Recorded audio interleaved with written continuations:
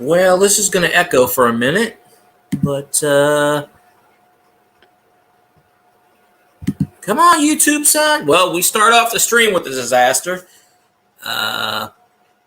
Waiting for the YouTube side to kick in. So, hello, disaster. There we go.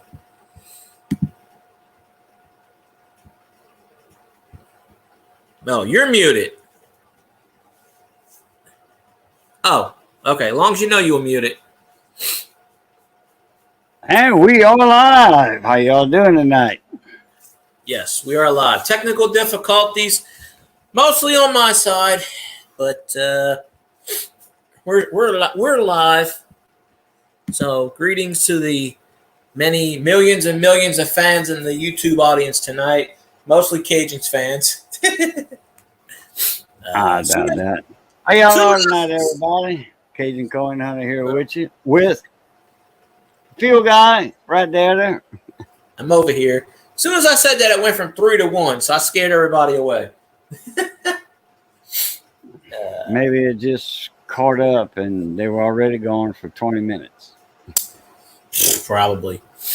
But I sent out some links, so we will see if anybody jumps on. And, now where's full wave Rick? Because he said he was coming on my stream last time, and he didn't. And I told him last night, I said, I'm very disappointed in you.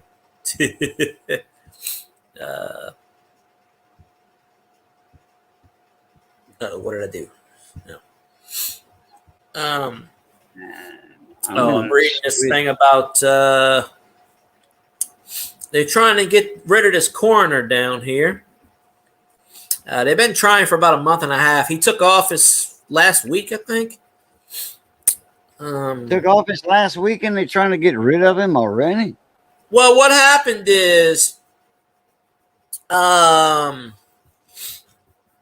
he ran unopposed, but he didn't reveal his past.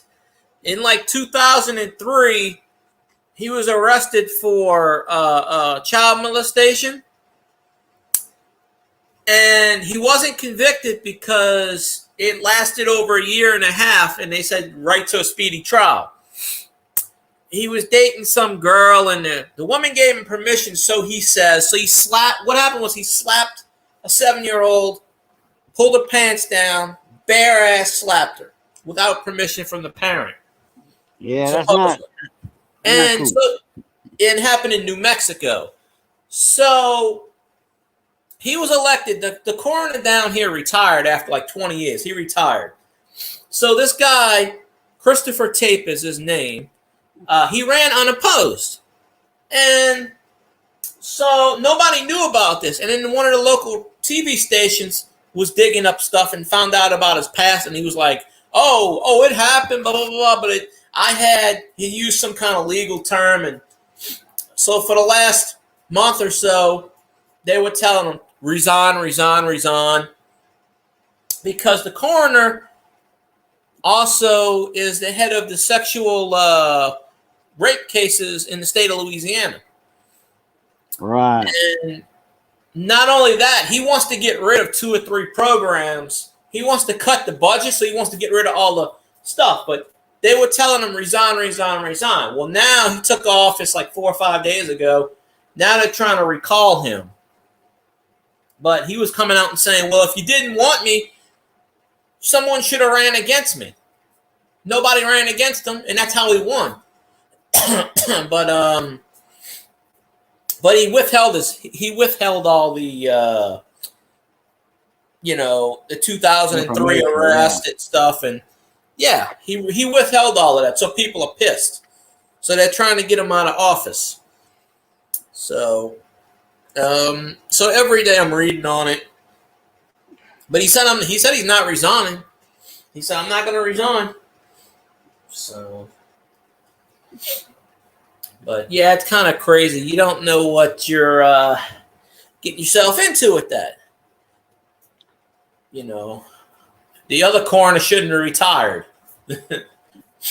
He should have kept going. But after 20-something years, he's like, I'm done. So it's interesting to see this case in all its glory.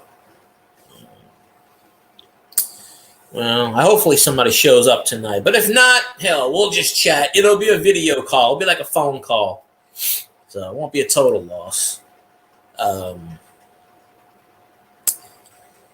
So anybody that sees the future replay, the past replay, the Mandela effect is in full effect tonight.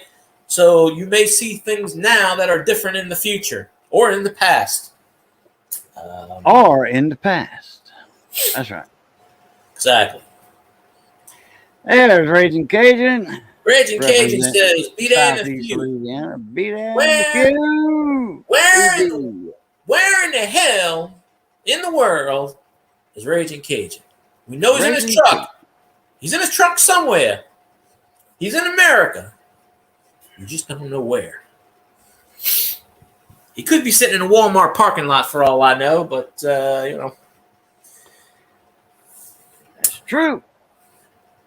But, you know, honestly, I don't really expect many people in my chats anymore. I just, you know, I just do it for fun. You know, I had my moments of glory, and then it just everybody disappeared. But I tell you what, when you move stuff around, I find stuff that I ain't seen in 3, 4, 5 years, notes and stuff, and giveaways. And is that the solder? No, that's a little mini grinding pen. Because I'm gonna rough up this to make the solder stick. Nobody knows about this, so this is gonna be some wire leads for multimeter. He's gonna set some shit on fire, folks. That's the translation. This is gonna be soldered with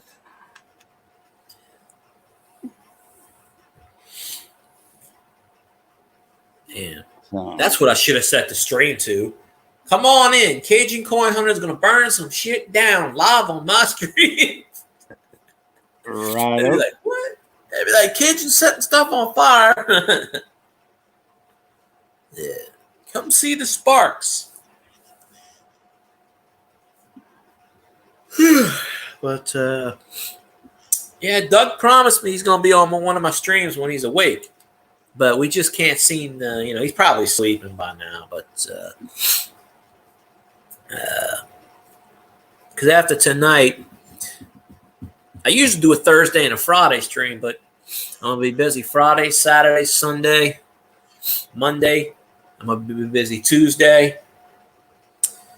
So I might not do another stream until like next Thursday, unless I do an early morning stream, which I was thinking about doing one yesterday morning. I probably should have did one, but I was like, I got up and I was like, nah, fuck it, I'm gonna clean. Threw my bed out. Threw my chair. No, that was when I threw the bed out. I'm like, shit. Still got I didn't throw the TV out. That thing's still in there, but that's probably the next thing to go. But the wood TV's coming with me. I already made a deal with that one. I'm gonna put my I'm gonna put the other TV on top of that one, and then I'm gonna hook up. Yeah, use it as a piece of furniture. Yeah, that's what I'm doing. Oh, she wanted to throw that out too. I said, no, that come with me. I said, fuck that. But in order to keep that one, I got to throw the ILO out. That's the deal I made with her. So I got to throw the gray TV out. I told her, I said I could probably sell it. She goes, no one's going to want to buy that. And I said, well, shit. I said, if Cajun was down here, I'd let him fix it. But I can't go to him, and he's not coming down here. So, you know, it's Doctor Who in the house. What's up, Doctor Who? Bills Mafia. Go Bills. Except when we play them. But, and then my mom gave me this, her old smart TV that she doesn't use anymore, which I could have had 2 years ago, but I just didn't want to take it out of there. So, and then she got the sound. So she's actually given me most of her furniture in her room. So it's going to be a brand new room I have. Because all my She's gonna give furniture. you her new bed too. The bed I'm sitting on, yep, the guest bed. That's the one I'm getting. All right. The one I'm sitting on. I could have had this 2 or 3 years ago, but I've only had like one guest since he painted this like 3 years ago. Really, nobody comes over here and sleeps over. I don't have that many, but yeah, because I'm too cheap to buy bed. I had that bed for 20 years. Louisiana is the third most corrupt state in the U.S. You know, Edwin Edwards would say it's not. It's the first. I'd like to know what 2 states beat Louisiana. I wouldn't be surprised if it's Washington, D.C. and Washington, D.C. Chicago's not a state. Well, New Jersey's run by the mob, so obviously that's no surprise. Followed by New York, more than likely. But, these polls were written by Yankees. Remember that. They're written by Yankees up there in Northtown. But Illinois is too. Well, yeah, because of Chicago. Chicago, you gotta remember, Chicago's got mob ties too. Hell, New Orleans got mob ties. You just don't hear about it too much anymore. But, yeah. Would you say Louisiana was third what? The third most corrupt state in the U.S. Really? Yeah, I don't know. I He just said Jersey. Jersey is 1 and Illinois is 2. I want to know who's number 4. Who's behind Louisiana? That's interesting. Probably Mississippi. Nah, I don't think Mississippi. Mississippi ain't corrupt anymore because they got all the money from the casinos.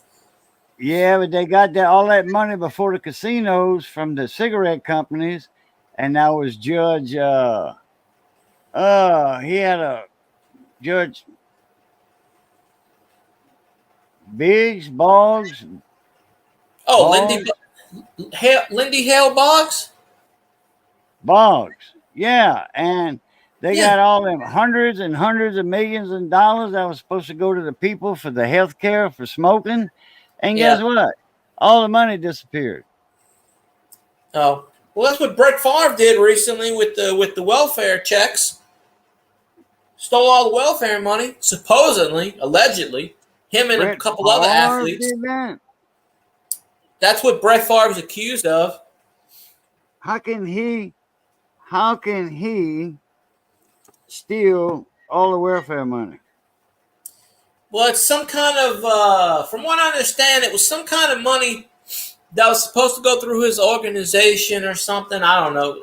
It's just not him. It's like 50 other or 100 other people. It's him. He's the most notable person. Him, and then there's another athlete. They're trying to get Ted DiBiase Jr. is also one of the people that's accused of it. Of stealing the money. Oh boy. Oh yeah. There's a couple of celebrities. Money to them guys anyway. Yeah. I say allegedly because it's never been proven yet. Nothing's ever happened, but look it up. Brett Favre corruption or Brett Favre welfare case or something. And you'll see the articles. But it's It's a bunch of bull butter. Yeah. Doctor Who never said number 4. In the top 10 most corrupt states in the world. Mexico. Da-na-na-na-na-na. I'm disappointed that Louisiana isn't number 1. See, I think we should challenge that ruling. And I tell you what, when Edward Edwards was governor, I bet your ass that Louisiana was the most corrupt. When Huey P. Long was governor, bet your ass we were number 1. They were good governors too, but see, they were corrupt. But they also gave a shit about the people. It's not like LaToya Cantrell and Mad New Orleans. She don't give a shit about nothing. they're already saying shit about Jeff Landry. Because they said Jeff Landry vetoed a bill that was supposed to give like $50 million to go towards feeding the children or something, and he vetoed it. But it was latched on to another bill. You know how them damn Democrats put shit on there. Oh, I need $42,000 for a solid gold toilet. No, he vetoed the bill. He said, screw this shit. So they came out and they said, well, Governor Landry is heartless. He don't want to feed the kids. That's not true at all. He just don't want to get $42,000 for a goddamn solid gold toilet. I mean, I don't know if that's, but it's like with the Hong Kong Phooey shit. They wanted $18 million to give to $2 billion to give to Pakistan for gender studies. What the fuck does that got to do with the what does that got to do with a vaccine? Nothing. No, what does it got to do for a stimulus for the people of the United States of America? Yeah, what the hell's that got to do with that? I could care less if Pakistan needs gender issues. It was India. Well, I read Pakistan, but it's all the same country. I don't know. India's got too many people already. India's got the most people in the world. Yeah. Followed by China. U.S. is third. That's why if India and China teams up, we're screwed. We can take out China, but India, I don't know. I don't know about that one. But that's why they work together. But a little bit of crazy stuff there. I guess Doctor Who left because he never told me who number 4 was. Maybe he doesn't know. I don't know. You got to do your top 10 list.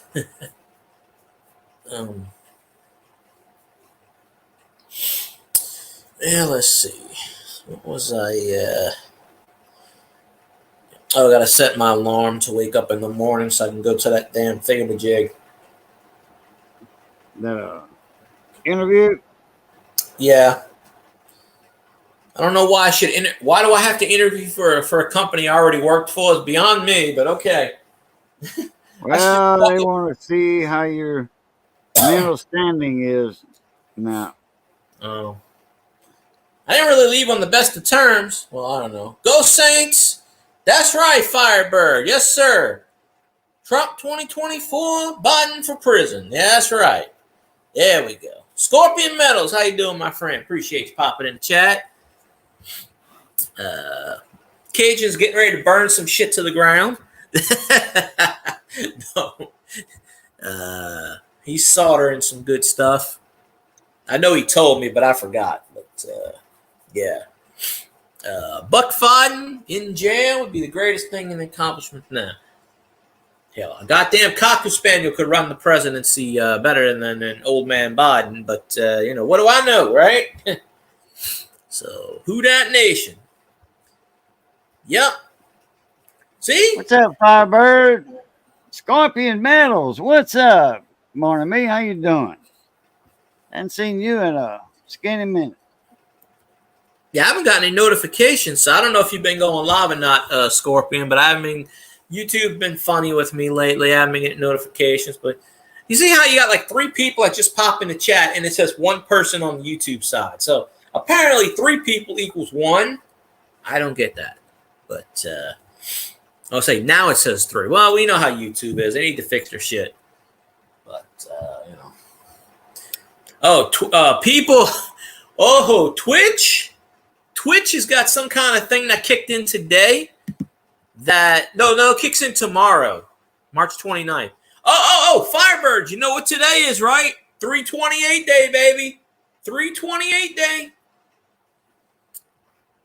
Yeah. But, okay. It's all good, Scorpion. Yeah, actually today the NFL, no more kickoffs. No more onside kicks unless the fourth quarter. They changed all the rules. So you Is can't. that what all that's about? Yeah, it's fucking bullshit. Yeah, the special teams coordinators, they don't want anybody getting hurt, so you can't do ambush anymore. You can only onside kick in the fourth quarter if you're down by a touchdown. And they're trying to get rid of all kickoffs altogether. But and then there was something. Oh, there was something else I was getting ready to say. It just popped out in my head. Oh, 328 day. You know what 328 day is? No, tell me. 28-3. It's the Falcons. 328 day. Oh, yeah. 28-3. Every March 28th, we celebrate the Falcons sucking ass, losing 25 points in the Super Bowl. I already posted the meme on Twitter, but I don't know everything what's going on with Twitch, but apparently the hoochie coochie girls, the ones that the ones that are on OnlyFans, the porn girls, the one that like to do whatever. Well, they always get hit with the nudity clauses, and then Twitch decided to do artistic nudity, so they paint themselves, and then they gave them their own category: pools, hot tubs, and beaches, where they can sit in a inflatable tub in a bikini. Well, now Twitch is saying that they cannot be in bikinis for more than 10 minutes at a time. So now all the hoochie coochie girls are trying to be like, okay, let's go. Now they're all going to go to Kick, or they're going to go to another platform. And of course, Twitch is going to lose a shitload of money because jiggle is what makes the world turn around. Yeah, that's right. So I was in one of these hoochie coochie streams yesterday by pure accident because I hit the wrong button.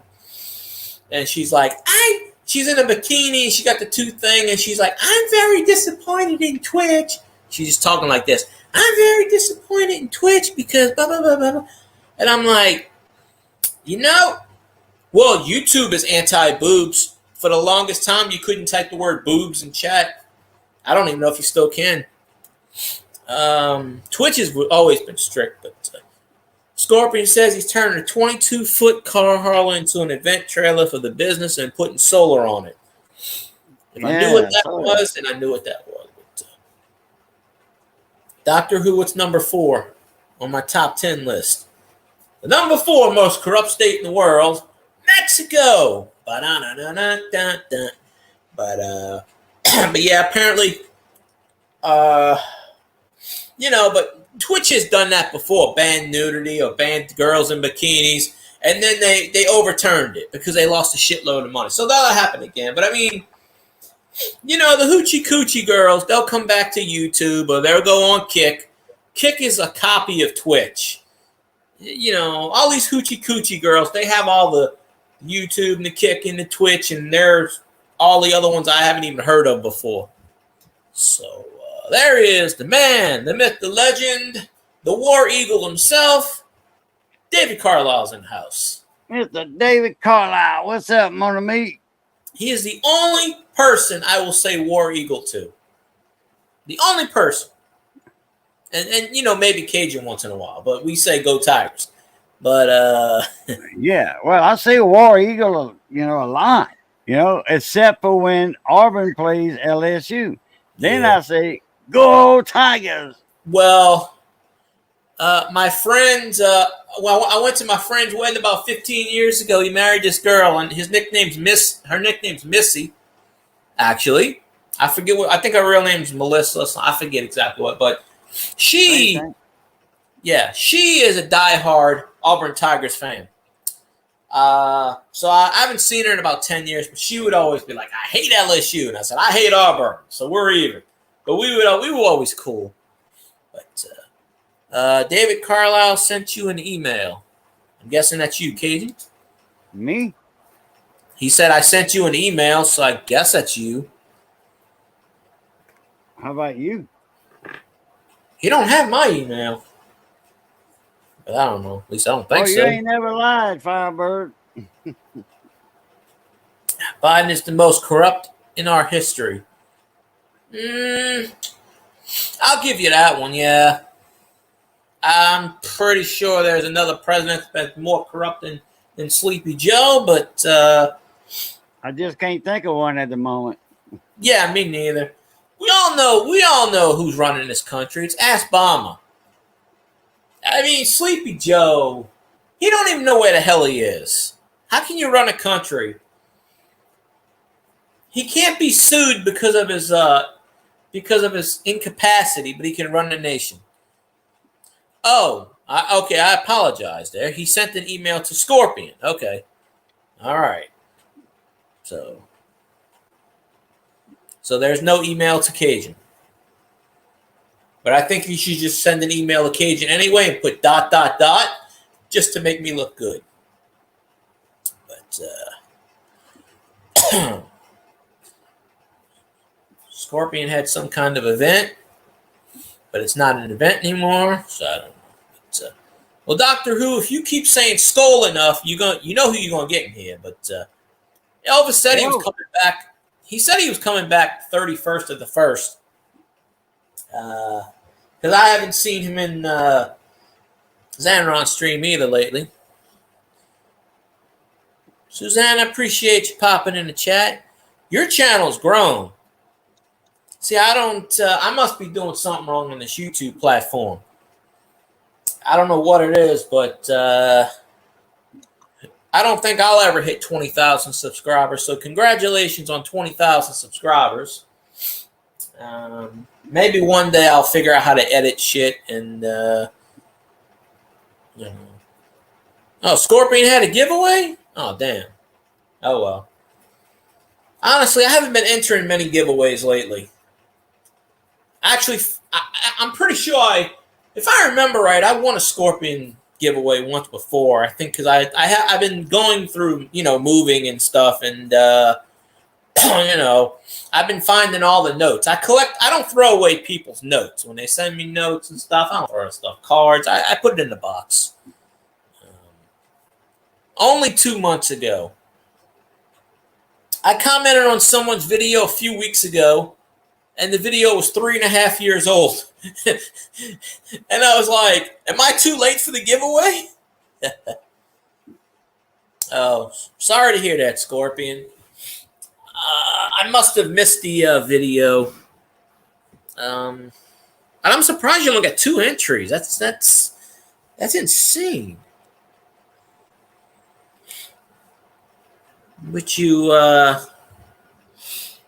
I bet you if it was a multi-channel kind of thing, people would be commenting out the butt.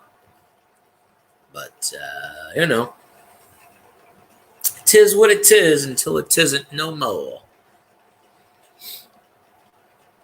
I've had a few people say, you should do giveaways. I'm like, I don't really want to, Plus with my channel, it's not all coin people. I have a hodgepodge of different stuff. One time, Everyday Copportunity, I went to go lean off the dock, and he goes, I'm going to do a giveaway. I come back, and he's doing a giveaway, and I said, I don't do giveaways on my channel. Not coin giveaways, because I don't get much of the, most of the coin community just don't, I don't think they like me, really. They don't come in here anymore. They all talk shit about me. I don't know why. But it is what it is, Probably because I stick up for Thug Stacking, maybe. Maybe there's a lot of people that don't like Thug Stacking, and he's never done anything to me, and he supports my channel, so he's cool with me. Maybe that's why they don't like to come on here. I don't know. Whatever. It's their loss. I'm cool with everybody, except for the people that piss me off, which are 3 or 4 different people, and the 2 or 3 rogue mods that decided to mess around my channel. But I still haven't found my Canadian pennies. I mean, I found them, but I put them in the shoebox. The ones from 1923, 25, 27. One time I showed it to, what's his name? Well, we don't say his name, but showed when I used to go in his streams 2 or 3, 4 years ago, whatever it was. But I used to show him all and I think I know where the rest of them are. But yeah, that's crazy. You got a lot of subscribers, Scorpion. So I don't,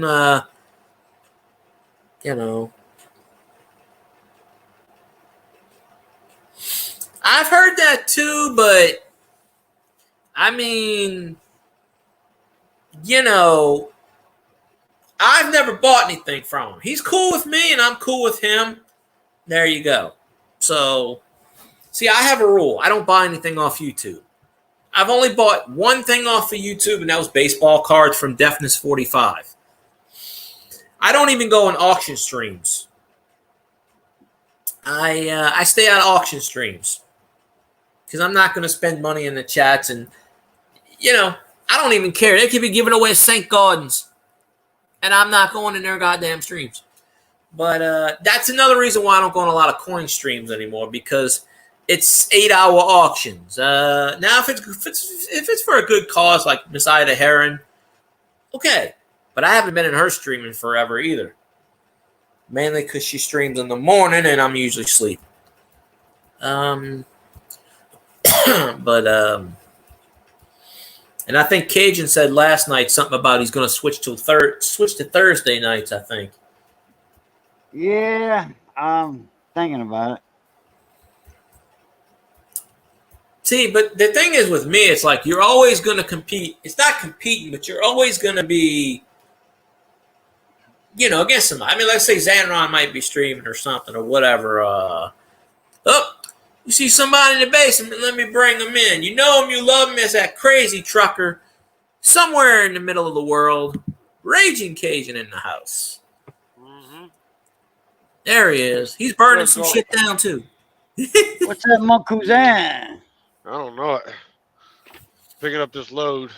We can't play that game tonight. Oh. Well, that's okay. I don't think we played it last time, but Yeah, I'm under one of those loads where I can't disclose my location. Well, damn. He's at Area 51, folks. Or he could be at Area 52. But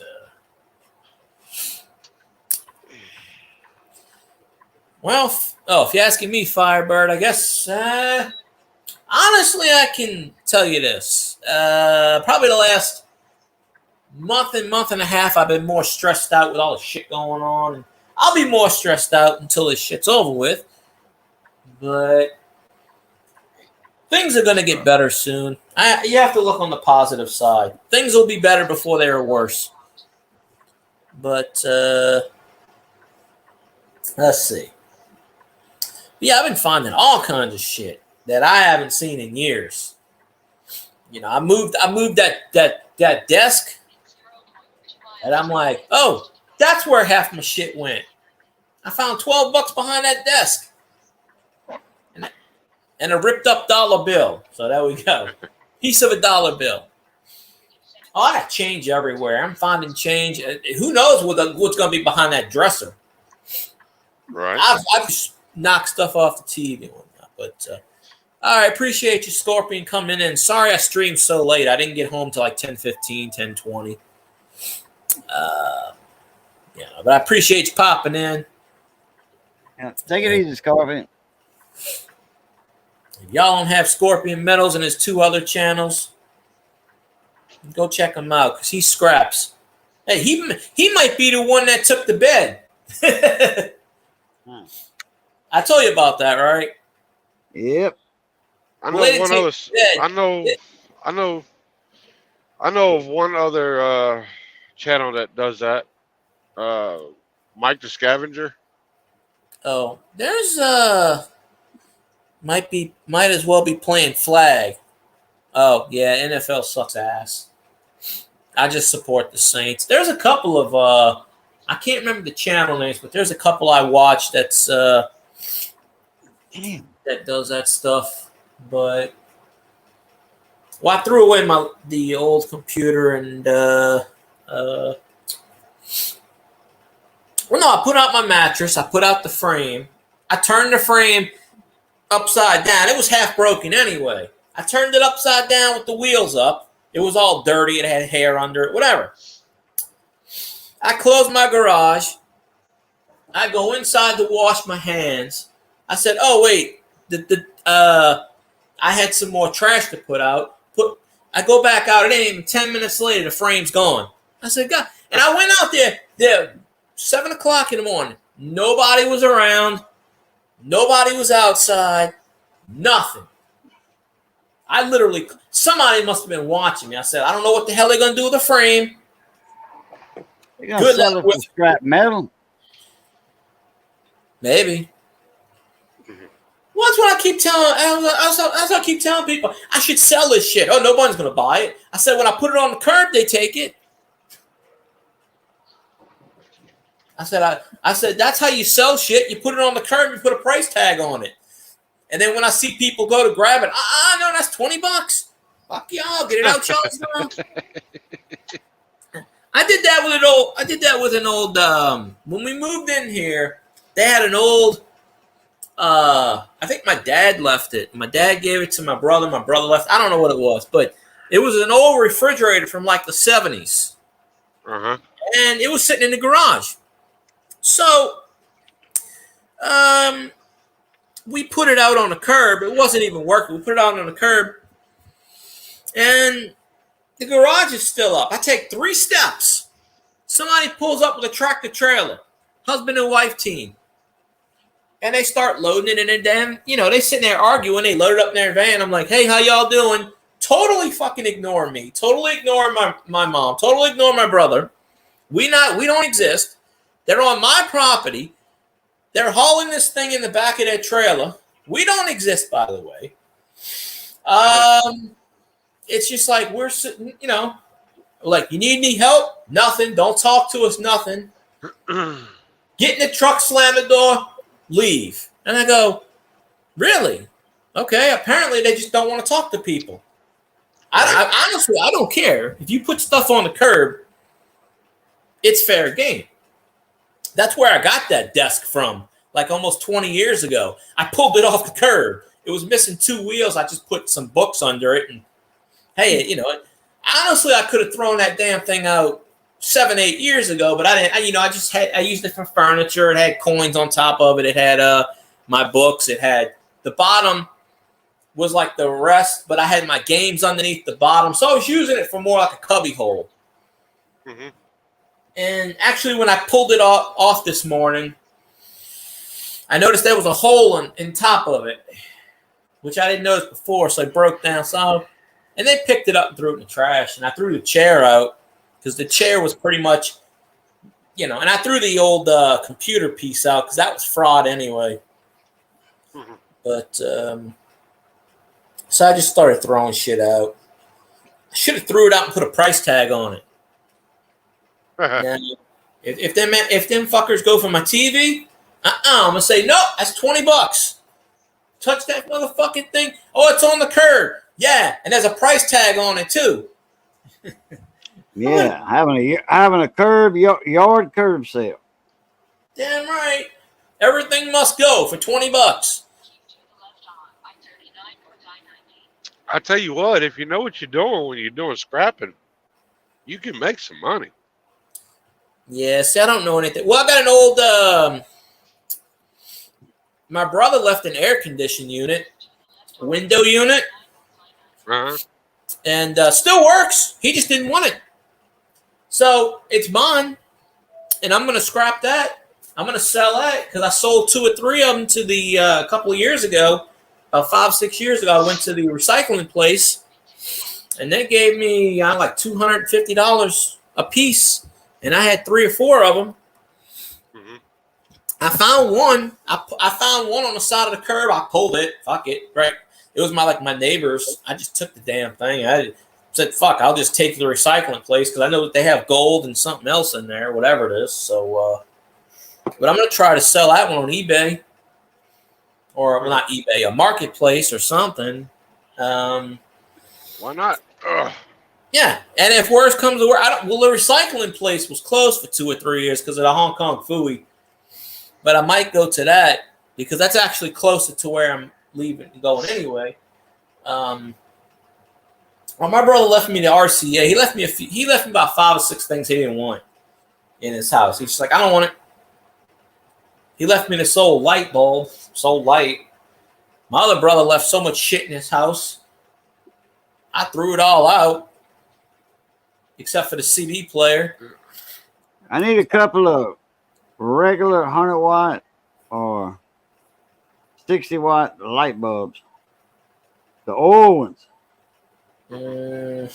You know what I'm talking about. Yeah. There was some in this house. The filament style. You know, the one with the filament in it? Yeah. Not the halogen, not the LED, regular old style light bulb.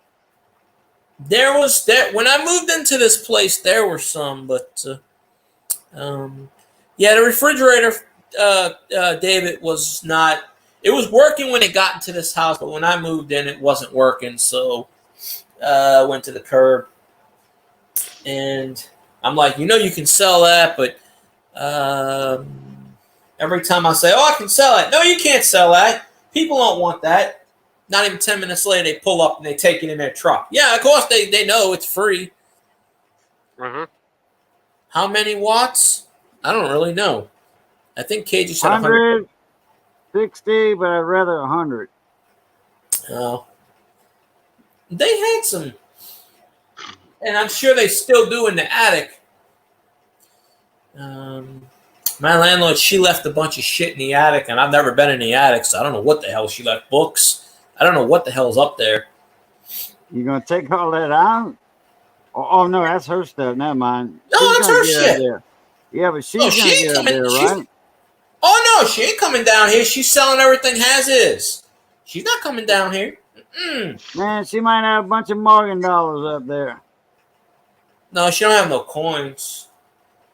Never I think know. she had a few. I think she had a couple of Nintendo games up there. From what I understand, it's just books. I've never been in the attic, so I don't go in attics. Especially this one. What? You fall through the ceiling. I tell you There what. was a big hole when I moved in. If they're the right Nintendo games, I mean, those things might be worth a little bit of money. You might want to go up there. Yeah. That stuff is coming back.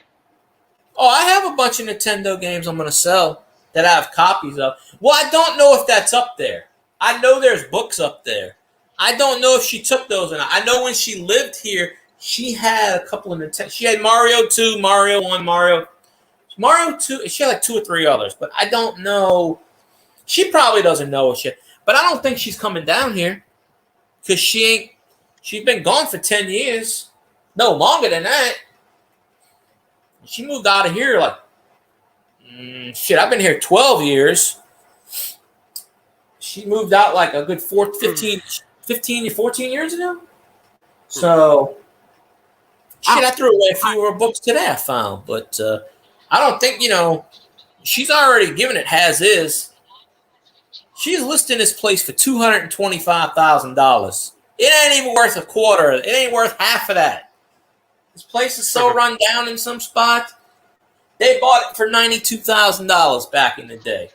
And that was run down. It's livable. She wants $225,000. Good luck. Yeah, That's what that. she wanted to sell it to me for. $225,000. I said, nah, I'm good. Because she said she lost a shitload of money. She lost $300 a month for the last 15 years. Well, whose fault is that? Well, And that's she's only the going to get. going up. Yeah. She's only going to get what it's worth. I mean, Yeah. maybe a little bit more, but she ain't going to get $225,000. No. This house sat vacant for 3 years before she bought it, and my brother bought it. 3 years. And they had a bunch. And the thing is, the people that own this place ran it to the ground. This lady had it was my brother's coworker. They worked at Best Buy years ago. She had 4 teenage daughters, and the room I'm in now had scribbling. The room I'm in, the room that I was in, my room, the one that I always broadcast, because I'm in a different room right now. Shit, there's stuff I love Corey written all over the walls. That's why I had to paint everything. It's written, it's grounded into the walls. This room's got I love. My mom had to paint over it. It was like, so they wrote in there, I suck, And I was like, what the hell? So, but the thing is, my brother told me when they bought the place, because there was a pool in the backyard. There was a shed. The shed fell apart. Mm-hmm. I dug in the backyard and I found like a bunch of hose nozzles. My brother said there was so much metal on the front lawn, in the backyard. He called the claw people and got rid of all that shit. Who knows how much scrap metal? I didn't see it, but he said there was a lot of metal everywhere. Who knows? They left old refrigerators. They left. There was a stove out there apparently. They totally trashed this house. That's why they only got it for like $97,000. As is. Yeah. And I mean, a few things have been fixed over the years, but it's livable, but it's still, run down a little bit, but it's livable a lot. But she wants $225,000 for it. And I know why. And she's dealing with an asshole realtor who I've dealt with in the past, who used to be one of my landlords, and she's a total you-know-what. Oh, she wanted to come in the house. I said, I ain't moved yet. She's like, well, I got to take pictures. I go, well, you can't take pictures if I got shit on the floor. Like, you can't see my floor. I'm like, you can't take fucking pictures. I've never seen the floor. You got to wait till we move before you can take pictures, you stupid bitch. Right? Mm-hmm. Yeah, that stupid bitch. She used to be my landlord 20-something, 30 years ago. She was my landlord. She screwed me out of something back in the day, but because I remember the name, and I was like, is she still alive? She was in her 40s back then. I'm like, the bitch is still alive. But I ain't gonna give her name out, but her initials is PP. That's the initials. But so hopefully I don't have to. Huh? Pinky Tuscadero. Yeah, could be. Remember the old Happy Days show with the Fonz and all that? Yeah, I know who Pinky Tuscadero. She had a sister called Leather. Yeah, Leather is that little girl singer. Well, she was a little young girl back then. Yeah, I think that was Christy McNichol. Quattro. Oh, that's who it was. Oh, yeah, Quattro. Yeah, that was Leather. Oh, Pinky's little sister. Susie Quattro. Ah, that's her name, Susie Quattro. David Carlisle says his brother's got a 2-story house on the river. The basement is big enough for a family and the refrigerator from the 70s. Third one in the house. Well, I don't know what a basement is, but apparently it's something in the ground. But we don't know what that is, at least down here. There ain't no basements down here. Just you're probably going to hit water. No, in fact, you're guaranteed to hit water. Well, that's in New Orleans. Where I'm at, it's a little bit higher, but not much. Maybe in Cajun's area you can build a basement, maybe, but I doubt it. No, You'll hit water too, probably. More than likely. Yeah, it's like when they sealed. You want a basement? When they sealed the Harvey Canal, the Harvey Tunnel. That's the biggest basement in the world now. They just sealed it. They just sealed it and said, "Fuck it, let the water come in." That's their plan. We'll just let the water come in and it'll fix itself. Okay. Well, concrete and water don't mix. So one of these days that concrete's going to go. And then you're going to have real flood on your hands. But that bridge is built in the 50s. You mean the tunnel? Yeah, the tunnel. I think it's officially closed now. I'm pretty sure it is. Because the bridge is open. The bridge that they built around the tunnel is open. Mm-hmm. It's like $6.25 to cross. Really? Oh, yeah. Golly. Yeah. It's a toll bridge. That's why they got rid of the tunnel to build a toll bridge. Yeah, but they put a toll on the bridge now. That's what I'm talking about. Yeah, that damn sneaky, stunny beaches. Well, it goes back to what Doctor Who said. Louisiana's the third most corrupt state in the nation. Hell, the West Bank Expressway always had a toll on it. Oh yeah. Well, they still got the tags for the for the causeway. So Well, I remember when I was growing up in Chalmette, I remember we were bored. We ain't had nothing to fucking do. My friend would drive around. Let's go on the ferry. So we pay. I think we paid $2 for the ferry back then, and it takes you over to Algiers, and we ride the whole length of Algiers, Belle Chase, whatever the hell it is, until the other way down there, the other ferry landing, and that was the one you went for free. Just killing time. We were bored. And, I don't know. He just minded up. We were just riding around. We did that 2 or 3 times a night. We just go in a circle. All right, well, apparently he liked wasting gas, and because he was the one that was paying for the ferry, so that was 2, 2, and 2. That was $6. So, Well, but I thought the ferries were $1 westbound, and then eastbound is free. Back then they were Back in the $2. Oh, that wasn't a Louisiana ferry then. That was something else. No, No, for Chalmette. back in the late 80s, early 90s, it was $1. Yeah. Not the Chalmette. The Chalmette Algiers ferry was $2. At least when we went. Yeah, that wasn't a Louisiana State DOT, Department of Transportation. Oh no, no. That's another company. Yeah, the Chalmette Algiers ferry was always high.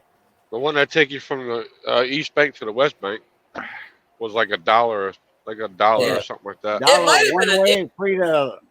It might have been $1 at one point, but I remember late 80s, early 90s. Well, they still $1 in Cameron. Like to go to Holly Beach from Cameron, it's still $1. This time period we're talking about is 96, 97, 98. Around that point. Well, down here it was $1, and Sunshine Bridge, all that was $1. Well, you go down, and it's still in operation today, obviously. You go down, what's the street? Okay, go down. It used to have, go down, you get off the Green Bridge, go down into the parish, keep going down.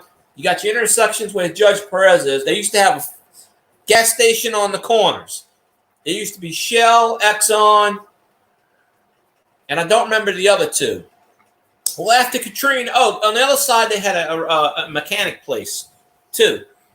So after Katrina, all of that got torn down. So there's still a Shell on one side. There's still a Shell on one side, and there's still the Exxon.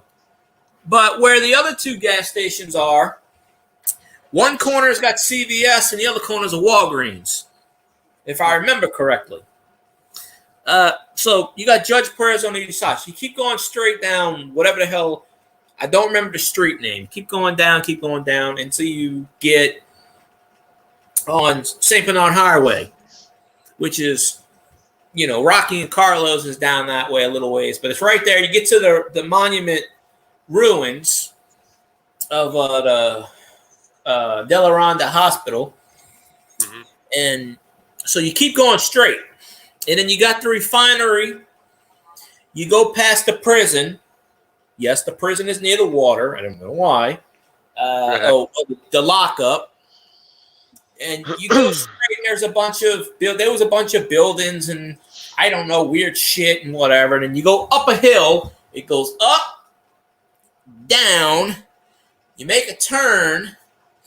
And then they got at the time they used to have a phone booth. They used to have a place where you can sit. I guess picnics, they have picnic tables, whatever. And then they have a little parking on the side. And then you can see where the road ends, and then it's the water, and you wait, and there's the ferry. I'm sure there's YouTube. 504 Road Trips actually took the ferry a couple of times when he was down there. So one of his videos, he's on the ferry. And he showed the road. I don't remember the name of the road. Let's see if you remember this store, the red, white, and blue thrift store. It was down there in Gretna. I don't really know much about Gretna, to be honest with you. I remember they had a Blockbuster over there, but I We mean, shopped at that obviously, I've store been frequently. in it before because it's Algiers and stuff. So I know, obviously, I've been in it, but I never really went and shopped or anything. Mhm. But I've heard of it before. I Yeah, think most of I think it was right around the corner from a Jefferson Parish Police Department. oh well, if Or it's up the in street. Jefferson It Parish, was I don't go in. I never went in Jefferson Parish too much. well. I mean, it is right down from the river and stuff, but Uh-huh. because out right there where the Chalmette Battlefield is in Araby, that is the Mississippi River. Hmm. I almost fell in it once. They got the cruise ships that come right there by the the Bargard House, or whatever they call it, by that house. But that's where the cruise ships pull up, and they drop off, and they you pick up or whatever. But they got the levee, and it slouches out, and then you got the trees. Well, one time I was trying to get close. Me and my friend was trying to get close, and I lost my footing. If it wasn't for a damn tree, of course, it's the shallow part of the Mississippi River, and you're on the mud or the sand. Uh-huh. You're not going to go anywhere. If I didn't grab that damn tree, that current would have got me eventually. Uh-huh. But it was the low part of the current. But even if you're in the Mississippi River, you're gone anyway. But it was still enough right there. Depend on what part of Mississippi you're in, because we used to swim in the Mississippi.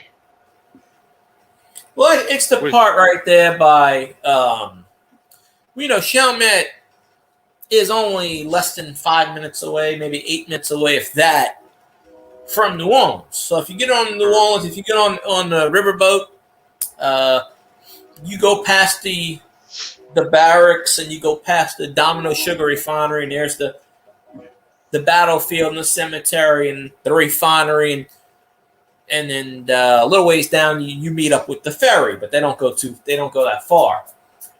And if you keep going, the Mississippi Mr. Go, which they filled that up after Katrina, the Mississippi River Golf Outlet. That's what Katrina went right up. Katrina went right up to Mr. Go, broke the Industrial Canal, and that's what flooded St. Bernard and Ninth Ward and shit like that. Yeah, we used to walk up to there was a small barge area right there by the bridge coming out of the Ninth Ward. Yeah. And we used to jump off of those pilings and go into the water. That's probably it sounds like the Industrial Canal right there, but maybe I'm wrong. But I didn't. Me and my friends used to walk the levee all the time. We did it about 5 or 6 years ago. We went down there, and there's a street. Which growing up, I'm like, why is there a street? Because it would be they would have all the branches and the leaves. It'd be like an alcove, and they would have a road, and the road would always be blocked off. Well, years later, they used to have up until the 1960s, it was an African American neighborhood called Fayetteville, and it had 50, 60 houses on there, and the Park Service in 1965 or 66 bought the land because it's between the battlefield and the cemetery, the road where the houses are. So they bought the whole thing, and they evicted all the families. They kicked them out their houses, tore down the houses. And a couple of years ago, they said something about they found this rare flower that the African American people used to plant. It's this purple flower. I don't know what it is. But me and my friends were walking down right where the levee is. They got the road. And if you keep going, you have the refinery, and they leave the gates open. Well, we're walking down there, and they got this truck, and it keeps going up and down, up and down. I noticed he's got a shotgun. And my friend's like, hey, let's go talk to the guy. I said, nah, I don't think I want to be shot today. And he goes, well, let's see what they're hiding. And I said, well, I really don't care what they're hiding. But I, probably keep out. But yeah, for whatever reason, that road is blocked, and that's where they hide with the shotgun. But we could have walked right into the damn refinery, and they, the gate's wide open. But also on the other side, well, you gotta. I guess if I climb the fence on the other side, I could get into the sugar the sugar refinery, because right next where the visitor center is, on the other side of that. Because you can see the crane off the Mississippi River. If you climb that fence and kind of somehow is skinny enough to get over it, you would be in the Domino Sugar Refinery. So you got the sugar refinery on one side, and you got the oil refinery down the way, which I don't know what it's called now. I don't know. It used to be Tenneco. It used to be Tenneco when I was growing up. If you ever seen Benny Grunch and the Bunch, 12 Yaks of Christmas, if you ever seen that, they're in front of the refinery. We always had a joke every year or two. The refinery would blow up. Oh, it's the 4th of July. It blew up last year. No, it would just go. And I lived a good 8 to 10 miles away from that refinery, and you would hear boom, like at 3 o'clock in the morning. Like, what the fuck? I'd wake up, you'd see like all kinds of fire. I swear it gets 4th of July. It would be like, oh, the refinery blew again, because they were always releasing like gas or some shit. Well, a couple of years ago, they released gas, and it really had an explosion. It broke people's windows, from what I heard. It never got to that point. It had a sonic boom effect. It broke people's windows. And there are people living right next to that damn refinery on the other side of it, down the way. But I forget what it's called now. My friend, his parents owned the house that he lived in when Katrina hit. And on either side of there's a neighborhood. There was a bunch of land where they had the oil drums, and then there was another neighborhood. Well, Katrina knocked the oil drums off the platforms. So all the oil leaked all over the neighborhood mixed with the water. And it was owned by, I don't think BP owned it at the time. It was some kind of, whatever the name of the refinery is now. It's one of these big ones. It's not an Exxon. It's not, I don't remember the name. It's green. The logo is green, but it's not BP. BP Amoco? No, it's, if you look it up, it's Chalmette or whatever. I forget what it's called. But so the oil thing's tipped over. And my friend lived in the neighborhood right across from where the oil drums are. So that whole neighborhood was flooded with oil. So they sued the company and got a six-figure check. So for the property and this and that. So I asked my friend, did he get any? He's like, nope, never saw one dime. Lost all the shit, never got it replaced. But I think he lives in that same neighborhood now because they still own the land. But oh wait, it starts with a V. What's that one? Velcro. Valero. That's it. Valero. That's who owns it now. Valero. Yeah. Because it's a green logo. I remember that.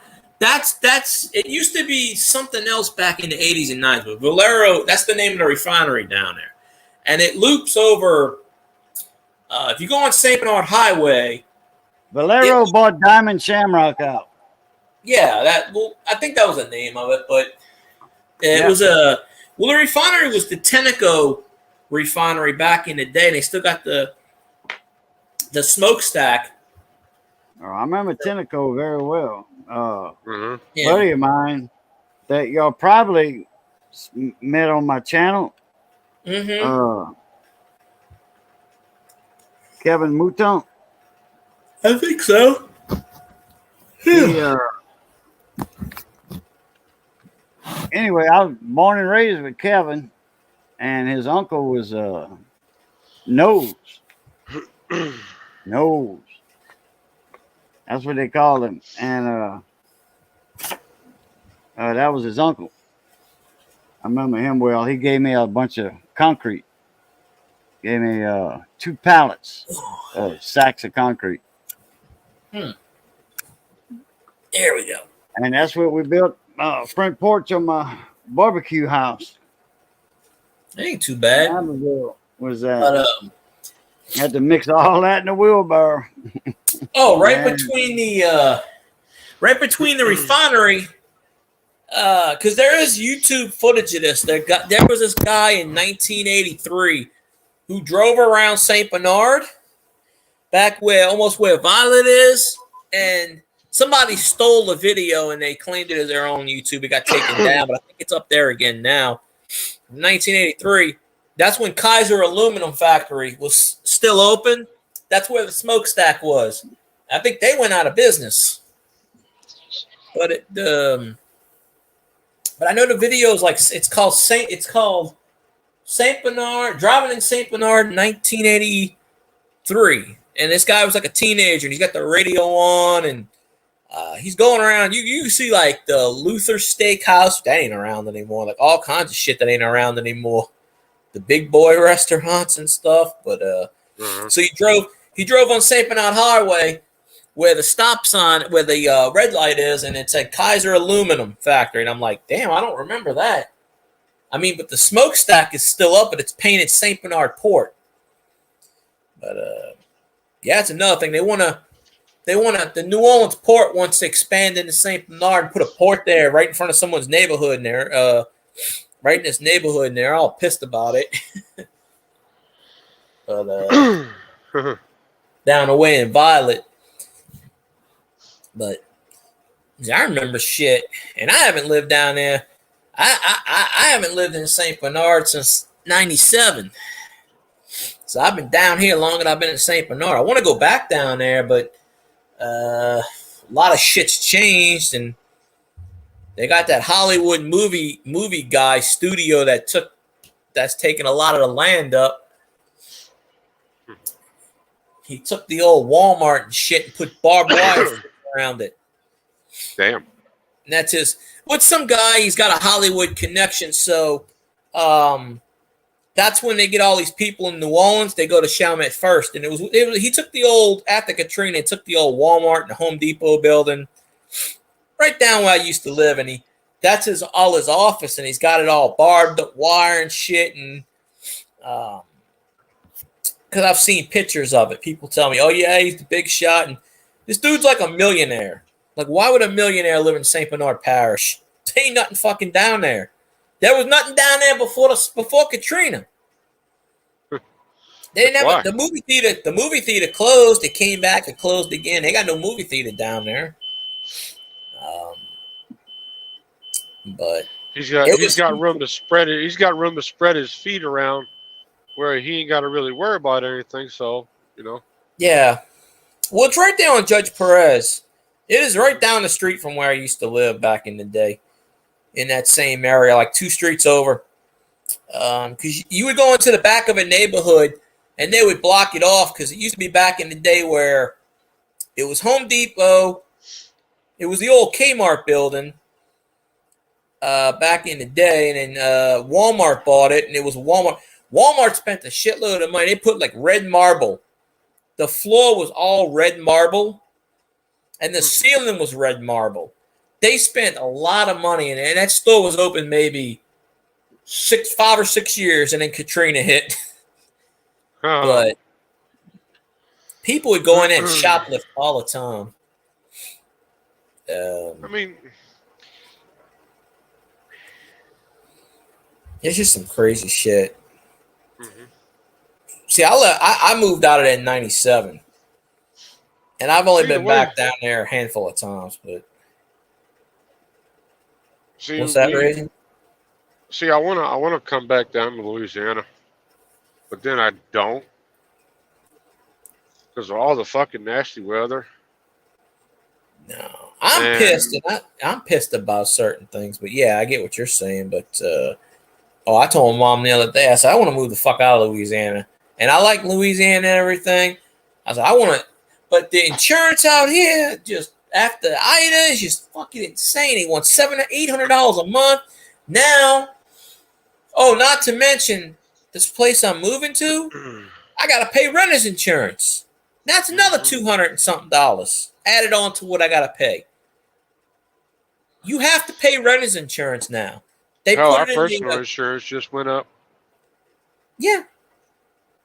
Well, it's because of what happened after Ida. All the insurance companies went bankrupt. So for a year or two, they didn't have any insurance companies. So they had to. This new insurance commissioner had to get all these insurance companies from out of state to come in Louisiana. Well, of course, they come in and they go, "Oh, well, Ida flooded everything, Katrina." So they raised all the rates. That is the reason I have to move right now. That is the single reason. They did this in August. It became state law in August. I didn't know about it. I knew about it then, but I didn't think it. I didn't think it affected me because honestly, 6 months went by. But my landlord's dumb as bricks and didn't tell me. So I don't know. But Yeah, the wife told me earlier yesterday that the insurance rates were going up. I'm like, damn it. yep, that's why I gotta move. The insurance We're for this paying- house is going up $700, and she can't afford it. That's why I gotta move. So we're That's paying. why houses out here like $1,600. That's why I gotta go from paying $900 to $1,600 now. Well, So what that's- kind of insurance yours went up on, Raging? Car and the stores buildings. So we got renter's well- insurance and the Yeah. truck insurance. Well, technically, it Oh. went into effect August 31st, but most people are feeling it now because there was a 6 months grace period. So I think we were paying like 120 or 150. Now we're paying up over $200. Yeah. And that's for what insurance? Missy was talking to me just now, so I didn't hear a word you say.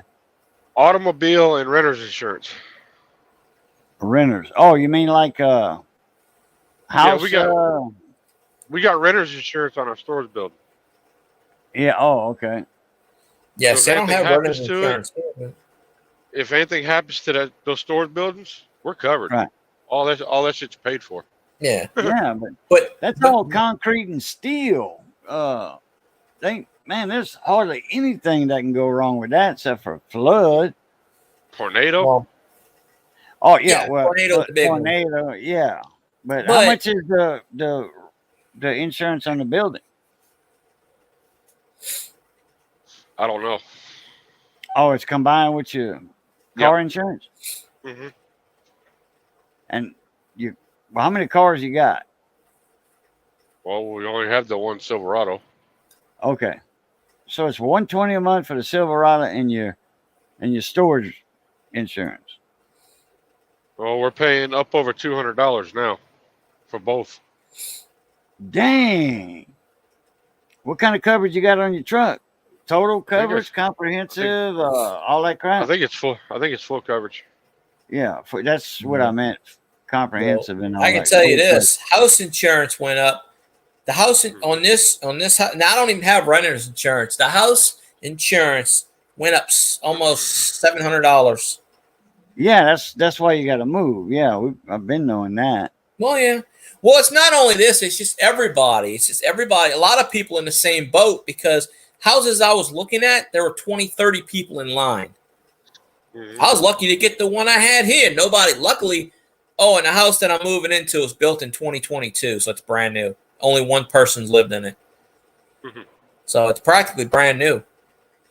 Well, my vehicle insurance down here is $85 for the Jeep, but that's a 4-wheel drive vehicle. Yada yada with the 4-wheel drive stuff because it can cause more damage. I'm like, what?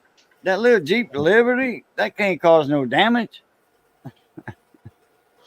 But anyway, that's for liability. It's Well- 85. If I get comprehensive and all that, like windshield repair and full coverage, that it wouldn't be but $20 a month more, so it'd be like $100 for that. Wait, or not even that. You still paying insurance on a vehicle you can't drive right now? Well, yeah, I don't want to drop the insurance when we get that car from Briggs. When it gets down here, we're going to transfer the insurance from the Jeep to the car, and our monthly note, our insurance note is going to go down. I already got a price on that. Oh, well, that makes sense. And yeah, Because Briggs sent me the VIN number, and that's all set up, ready to go. As soon as the car gets down here, boom, it's active. there you go. You know, once I turn the plate in to the DMV for the Jeep, once I turn that plate in, then I transfer the insurance from the Jeep to the car. Because you don't want to transfer insurance and then still have the plate on the Jeep, because they'll get you for like a couple of $100. Well, the first offense is $50. But a third offense is $150 for not having insurance on the vehicle. No. Yeah, it's crazy. So if when you drop insurance on a vehicle, your plate has to be turned into the DMV.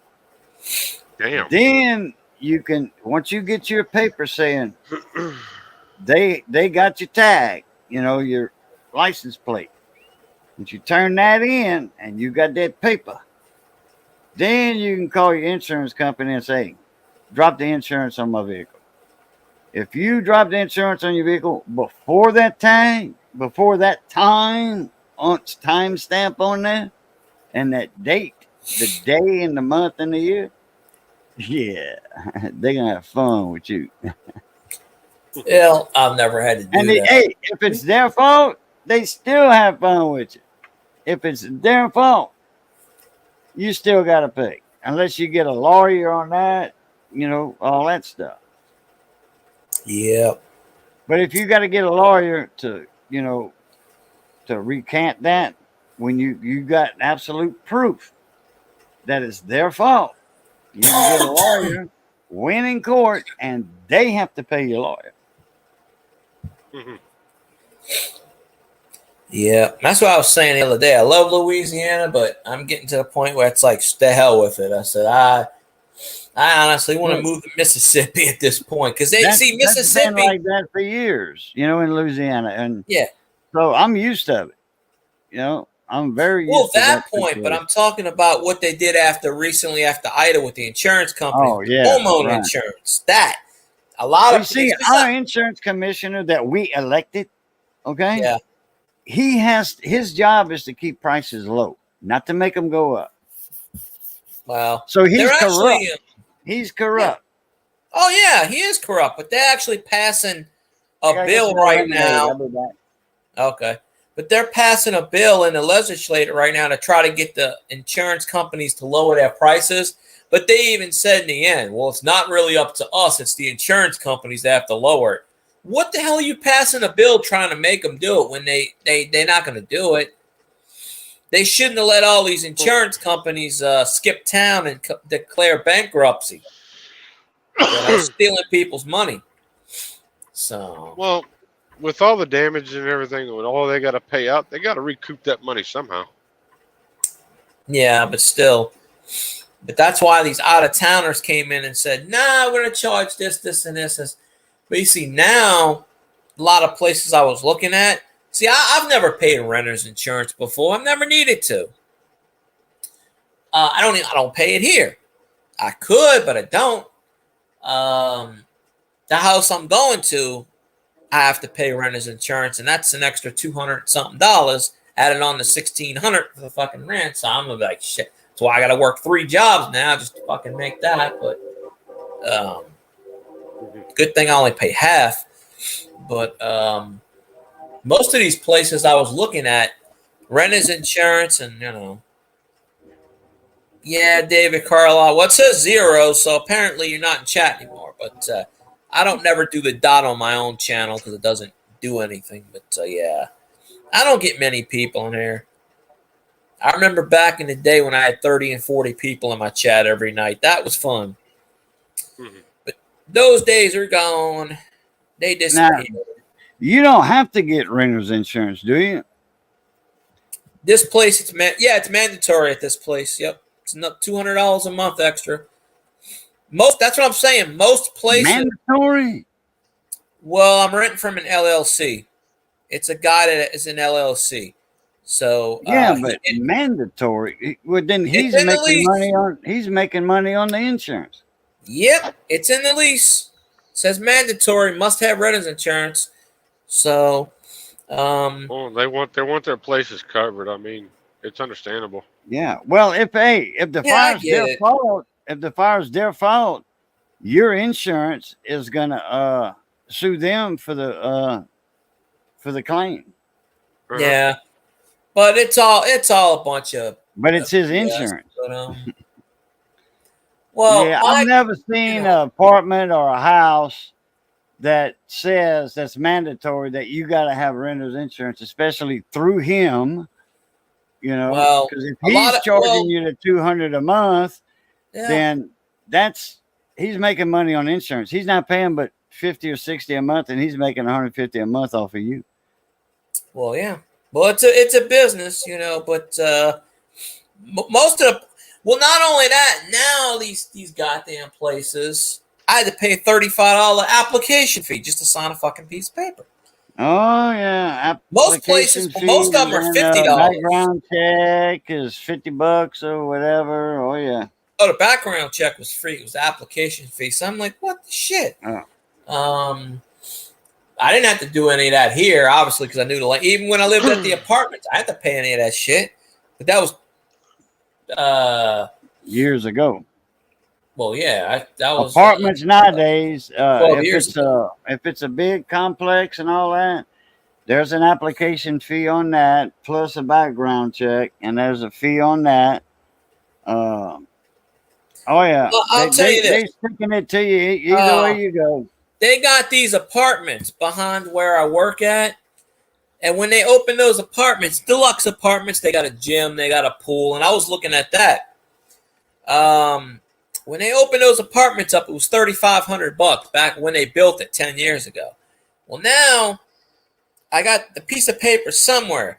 It says $700 rent, and then it says this fee. Anyway, there's like pet fee, this fee. So after about the 36 fees that they put on the list, the $700 goes to $2,300 a month. Because there's a fee for how many people that live there. They charge you an extra $100. There's a $2 fee for spraying, exterminate. There's they wanted $300 for the application fee. They wanted $100 a month fee for something. It was a list of. That's why I said no anyway. But they're nice apartments. I looked at it, but it starts at $700 and it goes. Even the one bedrooms, they wanted like $1,800 a month for the one bedrooms. I said nah, but because it's right there behind the shops, and you know. And that's where they were putting the Amazon building, which they built it, and it's just been sitting there rotting for the last 3 years. And they're never going to open it. Now they're putting one in Metairie. They're putting an Amazon building. People like Kenner and Metairie, and there's like, good luck. They're not going to open that one either. But they got the warehouse right down the road. And because I always see the Amazon trucks. They were going to an Amazon place here in Carencro, where the old horse racetrack used to be, Evangeline Downs. Yeah. Well, I'll tell you what, Lafayette can kick themselves in the butt right now, because there's a lot of businesses that moved out of Lafayette Parish because of gambling. Okay. Well, hey, they had horse races, they had betting there. You know, that was fine and dandy, but when gambling, you know, casino, slot machines, you know, poker machines. That's all them little bitty casino truck stops. All that's poker machines. You know, there's no table games or nothing. Which the poker machines are the same as a slot machine because it all instead of cards, it's just flipping your cherries. Pretty much. And in fact, the slot machines, you don't see the little things that spin around anymore. You see the little, like a poker machine on the screen, display screen. So it's the same thing. Slot machines, poker machines. You're either going to win or you ain't going to win. And it's the same percentages, 92% or something win back. That's an average. But anyway, so they didn't want Evangeline Downs horse race track to have any poker machines or slots. So they said, well, screw you. We're going to open up in Opelousas. And that's exactly what they did. So all that tax money that could have went to Lafayette Parish and the city of Carencro got jerked out from them because of their own stupidity. Well, the guy that's the maintenance guy for the property that I work for, Sterling, Mr. Dwayne, I don't know his last name, but he was telling me the story about oh, you froze for a second, Cajun. I was waiting for you to freeze. I don't know. I was just holding still. Oh, I thought you were frozen. But he was telling me a story about how they were going to build the Coke factory down here. The plant and everything. And the parish out here wanted too much money. They wanted this. They wanted that. They wanted all kinds of shit. So finally, the Coke representative said, "The hell with this. We'll go build it in Harahan." And they did. And whatever whatever parish Harahan, maybe Jefferson. I forget where it is, but probably they're getting all the tax revenue and all the shit instead of down here. So that's why the Coca-Cola bottling plant. Yeah, they were supposed to build it down here, and at the time, the parish officials were like, "Nah, you can't do this. You can't do that. You can't do this." So they said, "All right, fine. We'll find." So that's why they got it's in Harahan. Pretty much. But Amazon spent a shitload of money. The place has been built for the last 2 or 3 years, just sitting vacant. And so Amazon built a whole new warehouse area, or they bought an old. No, they built it from scratch. They built it, tore down the woods, and you go behind where the center is, where I work at the property. You go past the apartments, and it's right there. Dang. And they built it 2 or 3 years ago, brand new. It's just sitting there because Amazon wants this, and the parish was like, "Nope, we're not paying all that shit." So they said, "All right, that's fine." And now so they built that building without knowing all this and this and this. Oh yeah, or that came up after they built it. They came up after they built it and said, we want this percentage of this, we want this tax money. And they said no. Sneaky son of a gun. Well, look it up. Amazon does that in a lot of places. There are a lot of buildings. Then they still pay for the upkeep and the grass and this and that. But I mean, there's they're building one Amazon warehouse either in Metairie or Kenner. I can't remember where. And people were typing that. I saw that last week. I said, good luck. And people were saying the one down in so-and-so is rotting away. Because I've passed it quite a few times, just sitting there. I helped launch the one they built in Murfreesboro. That's in Tennessee, ain't it? Yeah. Yeah, just type in Amazon plants vacant. And there's a bunch of them around the country. Amazon's, they're like, we want this, and this. And if they say no, they just leave it sit there. They were going to hire hundreds and hundreds of people, and the jobs were going to start at like $37 an hour. And, but yeah. And actually for the last year or two, for about the last year and a half, they've had all these rumors. And I don't know where these rumors came from of converting it into the jail. But they already have a high-tech jail out here down the way. but people up in arms. We don't want a prison here, blah blah blah. And the mayor of the mayor out here actually had to come out and say it's not turning into a prison, because you know those Amazon buildings, they solid concrete. We're not turning it into a prison, blah blah blah blah blah. You know, and it came up again recently too. Same thing. Every couple of months, that rumor keeps coming up. But yeah, Amazon buys, and Walmart does this shit too. Walmart buys properties and dictates what they want. You know, usually if you're supposed to have 10 handicap spaces, Walmart says, nah, we're only putting in 4. You know, because they can get away with that shit. Walgreens does that too, you know. I mean, you got to look at it though. I mean, Amazon's a big conglomerate. Walmart's a big conglomerate. Yeah. I mean, who's going to question them? Yeah, they can dictate what they want. And if the officials out here said, no, we're not doing that shit. I heard that they wanted, I don't know how true this is. I heard Amazon wanted 15% of the tax revenue that the parish collects. And then they wanted certain other stuff, and then the parish was like, no, we're not giving you that shit.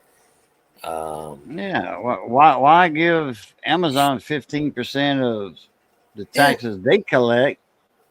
Oh, no, Amazon has to pay taxes. Well, I read somewhere there's Amazon built 10, 12 years ago, they built a plant in New Mexico. Somewhere in maybe it was Albuquerque or something. It was one of the first ones they built, and they didn't get their demands, and they just let it sit there and rot. It's been vacant. They built it brand new, and it's just rotting away. Because they still make money off of the land, obviously. So, you know, they own the land, so they, you know. But Walmart does that shit too. Tax write-off. Walmart does that shit too. Walmart will buy the land. In some cases, they'll build it, and they'll close it. Like after Katrina, the one in New Orleans East, the Walmart, that property's still vacant. But they own the land, but they refuse. Somebody wanted to come in and buy it recently and turn it into, I forget what. And Walmart still owns the land. They still pay the land on it, the fees or whatever. They still own the property. And Walmart said, nah, we're not interested in selling. And they wanted to put all kinds of they wanted to build houses, because in that neighborhood there are houses. I think it goes down to Crowder, but they wanted to build all kinds of houses and shops, and Walmart was like, nope. Subdivisions and stuff, yeah. Yeah, they're like, nope, we're good. Neighborhoods and little neighborhood stores, which are called Circle K and Valero. Well, yeah. Americanos. Well, out there in New Orleans East, where Crowder and Reed and all that shit is, out there, it's the ghetto. I mean, last year, people were shooting guns into the fucking interstate. You know, it's out there in the ghetto. Walmart wouldn't reopen it because they were always getting shit stolen. They lost so much money. They said, screw it, we're not rebuilding it. It's just a vacant lot. That's all it is, a vacant lot. And they got a fence around it. And they said, nope, we're not rebuilding that shit. That's how most of New Orleans East is. Walmart's got their own problems. Yeah. They're just now starting to tear down that old movie theater that's been sitting there since Katrina, that people vandalized and spray painted. Someone set fire to it a few years ago, and half of it burned down. And then someone just bought these apartment complexes with the same problem, and going to tear it down, build new shopping centers and whatnot, and yeah, it's just nobody wants to invest in New Orleans East. It's crazy, but there's a lot of buildings. You go on the highway that's still messed up since Katrina. That's still been vacant, and that happened in 2005. So you're talking almost 20 years. Especially down in New Orleans Parish. Oh yeah. Hell yeah. I mean, it's crazy. So, I mean, if they have another storm like Katrina, that's it. And actually, Katrina, most people don't know, is a Cat 5. But when it hit land, it turned into a Cat 3. but it had such a high storm surge that it actually acted like a Cat 5. So, Well, yeah, and you know, that and the levee system that they had at that point in time was starting to fail anyway, and with all the water that came in, I mean, it just breached it even better. It just helped it even more and breached the levees. Well, Katrina came up the Mystico, and then it messed up. The levees broke where the industrial canal is. That's what got St. Bernard. The whole parish was under 20, 30 feet of water. The levees breached. It was like paper mache. And who knows if they even fixed it now. I mean, they always dredging the mister go out instead of letting the sediment build up, which is what they do now. They're always dredging it. Of course, when you're dredging it, you know, stuff comes up, but flooded everything.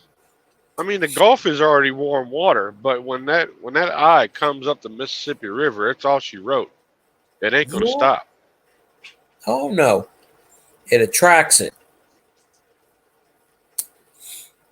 But well, that's the thing about Katrina. The eye didn't go up the Mississippi River. The eye glanced the Booth by Venice, Boothville. It glanced there and then went straight up Chandelier Sound and headed into Waverly, Mississippi. The eye, you know, I'm just talking about the center of the storm itself. Because I was in Mississippi when it hit in Alabama. I was there. I lost my house for it. I mean, there was devastation on the east side of the storm, Mississippi and Alabama got Ballabantry got freaking wiped out. I went to my aunt's house, you know, same aunt I always go to, and we lost power up there. But yeah, you know that there was because it went up that way. They didn't get a lot of damage over here for it. I wasn't here at the time, but they didn't get a whole lot of damage over here. Gustav did way more damage than Katrina did, and Gustav went to the east of us. We had literally the eye passed right over Eunice, and that did some damage. Yeah, we were up there for like 3 weeks. I came back. My house had gotten power. I was living at the apartments because I came back because they were like, "Oh, they're looting down there." I said, "Nah." I called up my apartment manager, and they're like, "Oh, they're not looting. That's a rumor." Blah blah blah. But there were a lot of people out because they didn't have power. And then they finally got power back after a couple of days. That's why I went back after 2 or 3 weeks. But my uncle's got like 3 big generators. So they fired up the generators. So we had power, you know, enough to run like, you know, appliances and television, stuff like that. But they didn't have power for 3 or 4 weeks either up there. And I'm thinking, well, shit, 200 miles to the north, and it still got affected. So that's crazy how, you know. Katrina was nothing to play with. No. See, my dad went to San Antonio. Anytime there's a storm, he goes to San Antonio. So he was in Texas for, I don't know, a while, and his house got messed up. But the guy that owned his house actually paid for all, even though my dad didn't have rent insurance, the guy that owned his house paid for all my dad's stuff, even though he didn't have to. He cut him out a check, and he goes, "I know you don't have insurance." He goes, "Here." He cuts him out a check. I'm like, all right. So my dad got reimbursed for all the shit that he lost. Not that he had valuable stuff, but still, you know. Well, guys, I got to run. I'm tired. I got to go to bed. I appreciate you, Cage. Yeah. I've been up since early, and I didn't get a nap. I didn't even eat yet. I don't even think I'm eating. I think I'm just going to bed. Yeah. Well, shit, I've been going for an hour and 40 minutes. Yeah. If I'd got some rest, I would have, shit, I'd be, how do you say that, bright-eyed and bushy-tailed right now, I'd stay on another hour or so. But No, it's I'm, all good. I'm Well, I tired. mean, you did tell me you were trying to stay up beforehand, so I mean, you lasted this long, so Yeah. Now, I was on the phone between me and Missy. Our house phone has been tied up all afternoon. damn. That's That's just to insane. get a ride to the doctor on the 2nd, which is, Hmm. next Tuesday. Yeah. Yep. So I know we what got our Tuesday rides is. established with our insurance. Our insurance is going to pay it. So Oh we don't know if yes. we're going to get the same guy. Our Money Maniacs. He was, driving patients everywhere. Yeah. Uh-huh. And stuff with his. He had bought a car just for that, and man, he was making real good money doing that, hauling patients to the doctors and surgery appointments, hospital appointments, all that stuff. And that's the same thing. Money Maniacs was contracted out to insurance companies, and that's our insurance does the same thing. So we might get lucky, and they'll spot, the same appointments and all that, and they'll just they'll just throw in that, one driver, 2 rides. Her insurance will pay, and then mine will pay. We got they'll different send insurance. they'll send money maniacs down there to pick you up. There you go. And you can be like, "Hey, All right, about guys. some I'm running. Good seeing y'all again. David appreciate you, All right, man. Carlisle. Boudreaux. Oh yeah. Everybody, as always, love, peace, and cracking grease. I'm out. Catch y'all later. A Pluta. See you later." Later. And then it was down to 2. So I only had 4 minutes left on StreamYards when I started it. So I'm just like, all right. Because I was trying to time it from the last stream. Because Scotty came on, so I was watching his. I was like, oh, he's doing a ghost thing on Friday. Because I'm going to be busy the next couple of days. I got to finish my packing and then move and probably unpack. So I probably won't do another stream for at least a week anyway. By that point, it'll be past the 4th. And then the StreamYards, I'll have the 20 hours again. But I use Restream as a backup anyway. So I used to use Melon. Melon would give me 4 free hours, but then I don't know. I found Melon from Digging Canuck. Who I hadn't been on Liz's channel in a long time. I got to go back on her channel one of these days. That crazy Canadian lady. Nah, she's pretty cool. She used to be an ex-cop. So she used to be a cop for years and years and years, a police officer, whatever you want to call it. She does the metal detecting, and she's got a big channel. So her channel's pretty big. I won some giveaways in the past. She was going to send me a couple of coins. I was like, nah, you don't have to send me anything. But I know I did win a giveaway from her a few times. I got some of her stickers, the old stickers.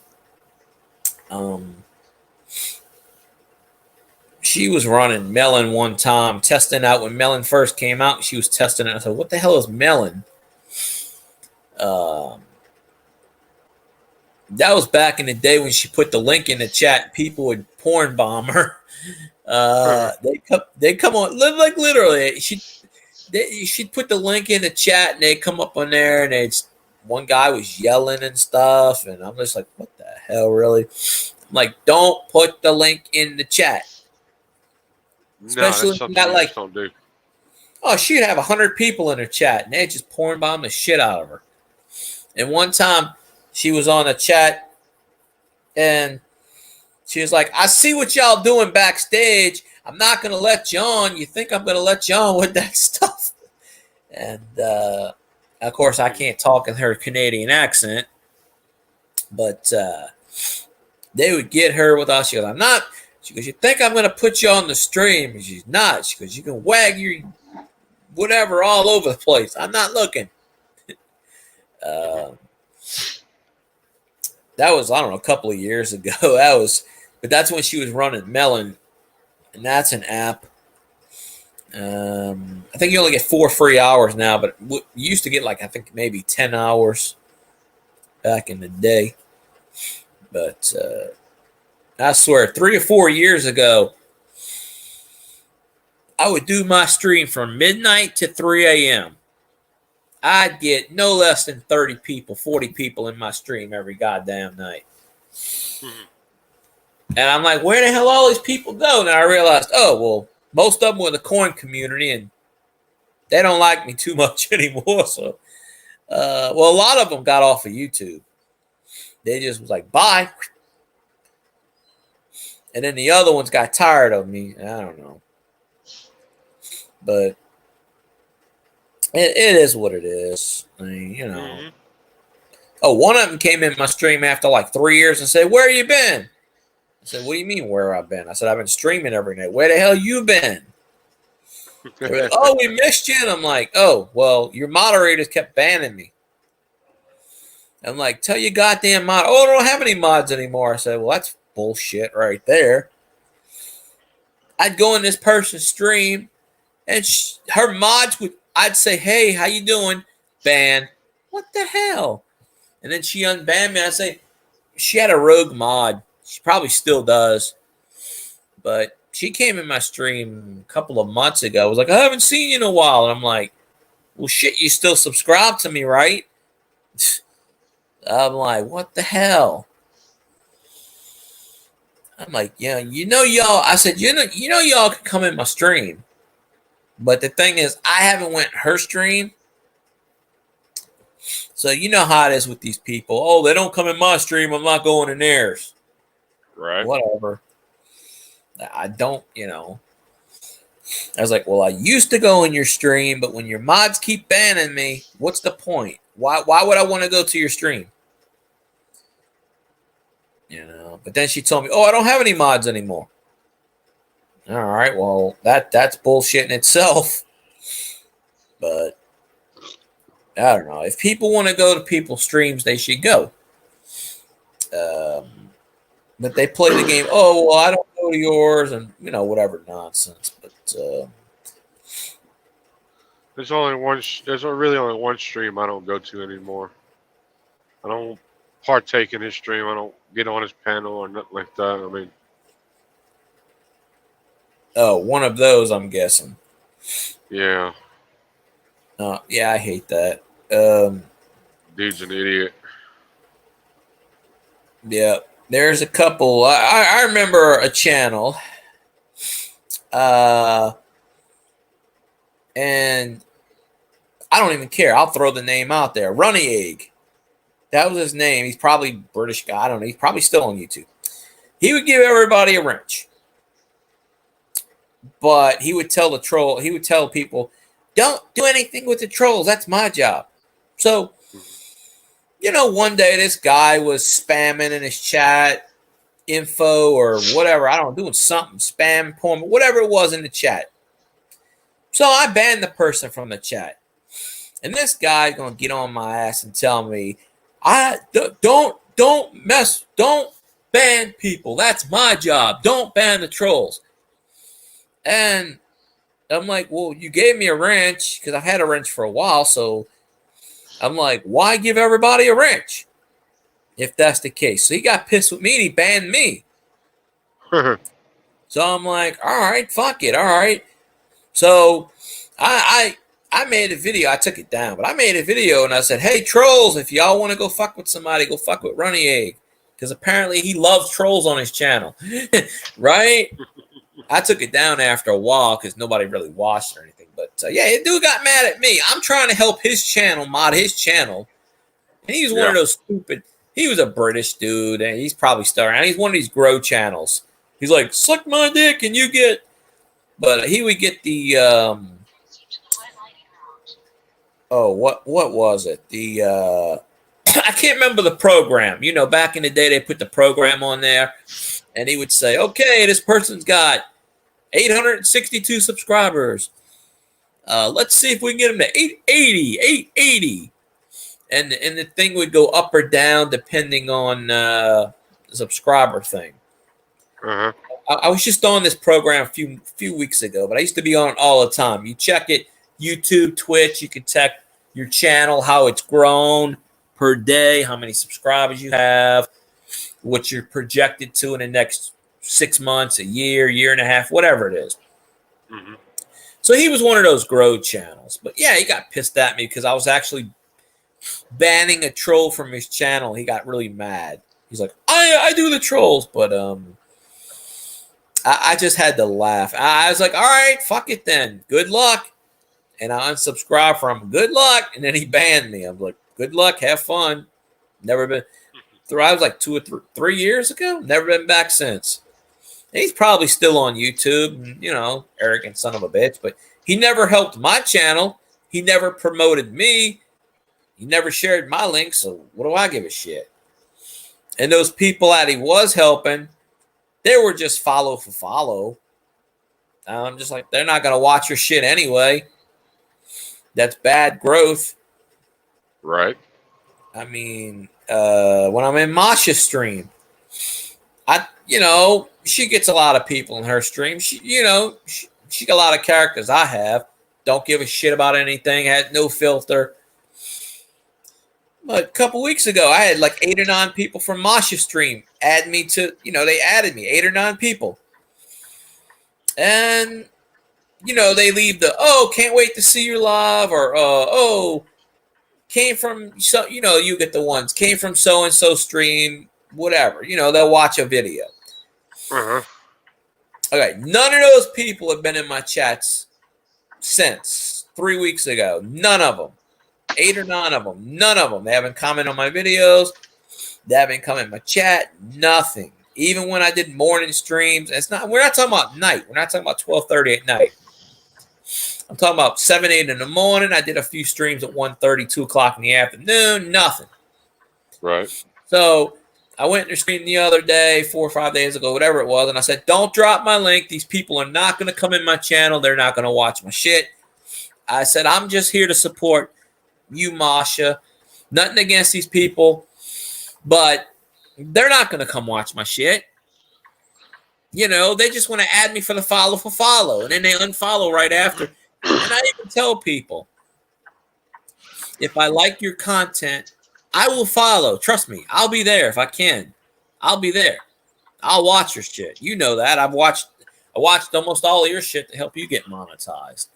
Right. Of course, the last couple of videos I've missed, but I'll sit there and I'll help people get monetized. Now I know nothing about tools, but I watched your stuff anyway to support your channel. But I've sat there. I hate Fortnite. I was watching Fortnite to help people get affiliated on Twitch. If I like the content, I'll watch it, or if I trust the person, or if they need something, I'll help them get affiliated, or monetized, whatever it is. But it's just, the channel I'm talking about is Mater's Garage. Yeah, that dude's a fucking douche. Who's that? Mater's Garage. Mater's Workshop. Mater's Workshop. Oh, I know exactly who you're talking. Yeah, I've heard shit about him. Yeah, I know. Yeah, he comes in Cajun's streams. Not anymore, but yeah. Oh, he doesn't? Oh. No. Because I remember Cajun talking about him. Mater. Yeah, I know who you're talking about. I've heard shit about him. Yeah. We don't socialize with him anymore. It's just he's a wannabe tool guy. Doesn't really know diddly crap about tools. Don't know what the frick he's talking about. Gives bad information. He does it for clickbait and views, I'm sure. Now his community is not so much tool community. It's more the because I guess his girlfriend, whatever you want to freaking call her, she's a part of the hooker community, like the knitting club and shit like that. He's got a bunch of them that follow him now. Oh, Like the yawn, the knit yawn stuff. Yeah. Oh, I follow a few of those. I mean, Miss Jill. They don't come in my chat anymore. I mean, Miss Jill. I haven't seen her in a while because I haven't been going in her chat. But what's her name? But she also, besides knitting, she also does like murder, passion, crimes, and stories about crime and stuff. So I watch that too. But what the hell's I can't remember her channel name, but Miss Jill, she's nice. So I do follow a few people, and they follow me, the Yawn Knitting community, but I don't really go in many of their chats. But that's what happens sometimes. You alienate yourself from one community, and yeah, he may still get 20 people in chat, but honestly, is it about tools? No. So maybe he's into a yawn head, but I remember that his girlfriend's heavy into it. Oh, yeah. I guess maybe he figures, well, shit, I may lose that boat may sail, but I may get these people, and he's like, well, I don't know nothing about knitting, but hey, let's have some fun, and then they talk about other shit, and yeah. But I remember Cajun talking. Oh, there's Mater, and he's never came in my channel because I'm not a tool person. I mean, I know what a screwdriver is. That's the extent of that. I know what a hammer is, but I actually thought about walking in Harbor Freight and just turning on the camera and going, well, this is just read the card. And then I'll find the channel you post on Harbor Freight and just go, here's the Harbor Freight review. But I'll just be like, hey, honestly, I'll just start off the video. I don't know nothing about this shit. I'm just doing a review. This shit looks sturdy enough, and here we go. If you want to buy it, buy at your own risk. Right. I mean, a basic review. You just read the card and you go if you like it, whatever. But didn't you say? I'm not the smartest guy out there, but I know what I'm talking about. Well, yeah, you have a passion for it, and that's a good thing. See, with my channel, though, I have like a hodgepodge of people. Like, first it was the coin community, and then, I used to go in the scratching, the lottery tickets, but that's how I got hacked, so I don't go in those channels anymore. And then, I'll go in like people, like with Miss Jill. I wish I could remember her channel name, but she's real nice. And in the baseball card, football card community, got a few of those people that pop in from time to time. So I call it a hodgepodge. I don't really do one thing. Like years ago, I used to watch that variety channel. His name was like JT and JP, and he used to do all kinds of shit. He was a coin guy, but then he started doing like trick shots. I'm gonna do this basketball shot. And then he started doing so I think he called himself like JP or JT's variety channel. But then he started talking about politics and religion and just weird shit. And I'm just like, nah, I'm done. No. Then he started bashing Trump and bashing other people I like. And he's like, nah, I'm done. Fuck that. I'm here to watch coins. I'm not here to watch religion and shit, and politics. Yeah. So I unfollowed his ass, and that's my right to do that. It's his channel. He can talk about whatever he wants, but there's the religion and the politics. You're gonna alienate and piss someone off. Exactly. But he started off as a coin guy, and then he got into like weird shit, trick shots with the basketballs and the golf balls, and he's probably watching Dude Perfect and said, "Oh, I can do that shit."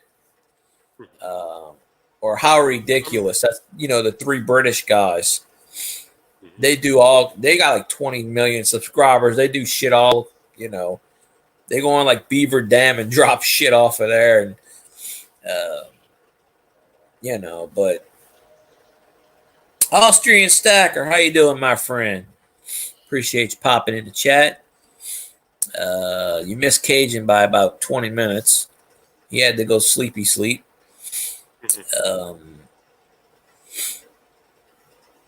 Yeah, But I'm gonna try like hell to do a stream on Mondays. yeah, I remember you said in Cajun Stream last night that you were going to do Mondays. I mean, most Mondays I'm off. So, I mean, if I'm not working, because I can't pick up internet usually when I'm at work, most of the time I can't. But if I'm home, and depending on what time, 'cause if you do like a 7 or 8 o'clock, I can get in the stream. I may not be able to be on the panel a lot of times, but at least I'll be in the stream. If I do Monday, it'll be from 7 to 9. Yeah, that's a tricky kind of time for me on a Monday, but because the roommate's home, she don't like me being on YouTube. Honestly, that's why when Cajun goes live at 7 on a Thursday, I'm kind of iffy, But 8 o'clock I can jump on generally, but the only thing, I don't really go on many channels live stream Monday, but wait, 14 stitches in your leg. What did you do? I told you to stop pole vaulting. How the hell did you get 14 stitches in your?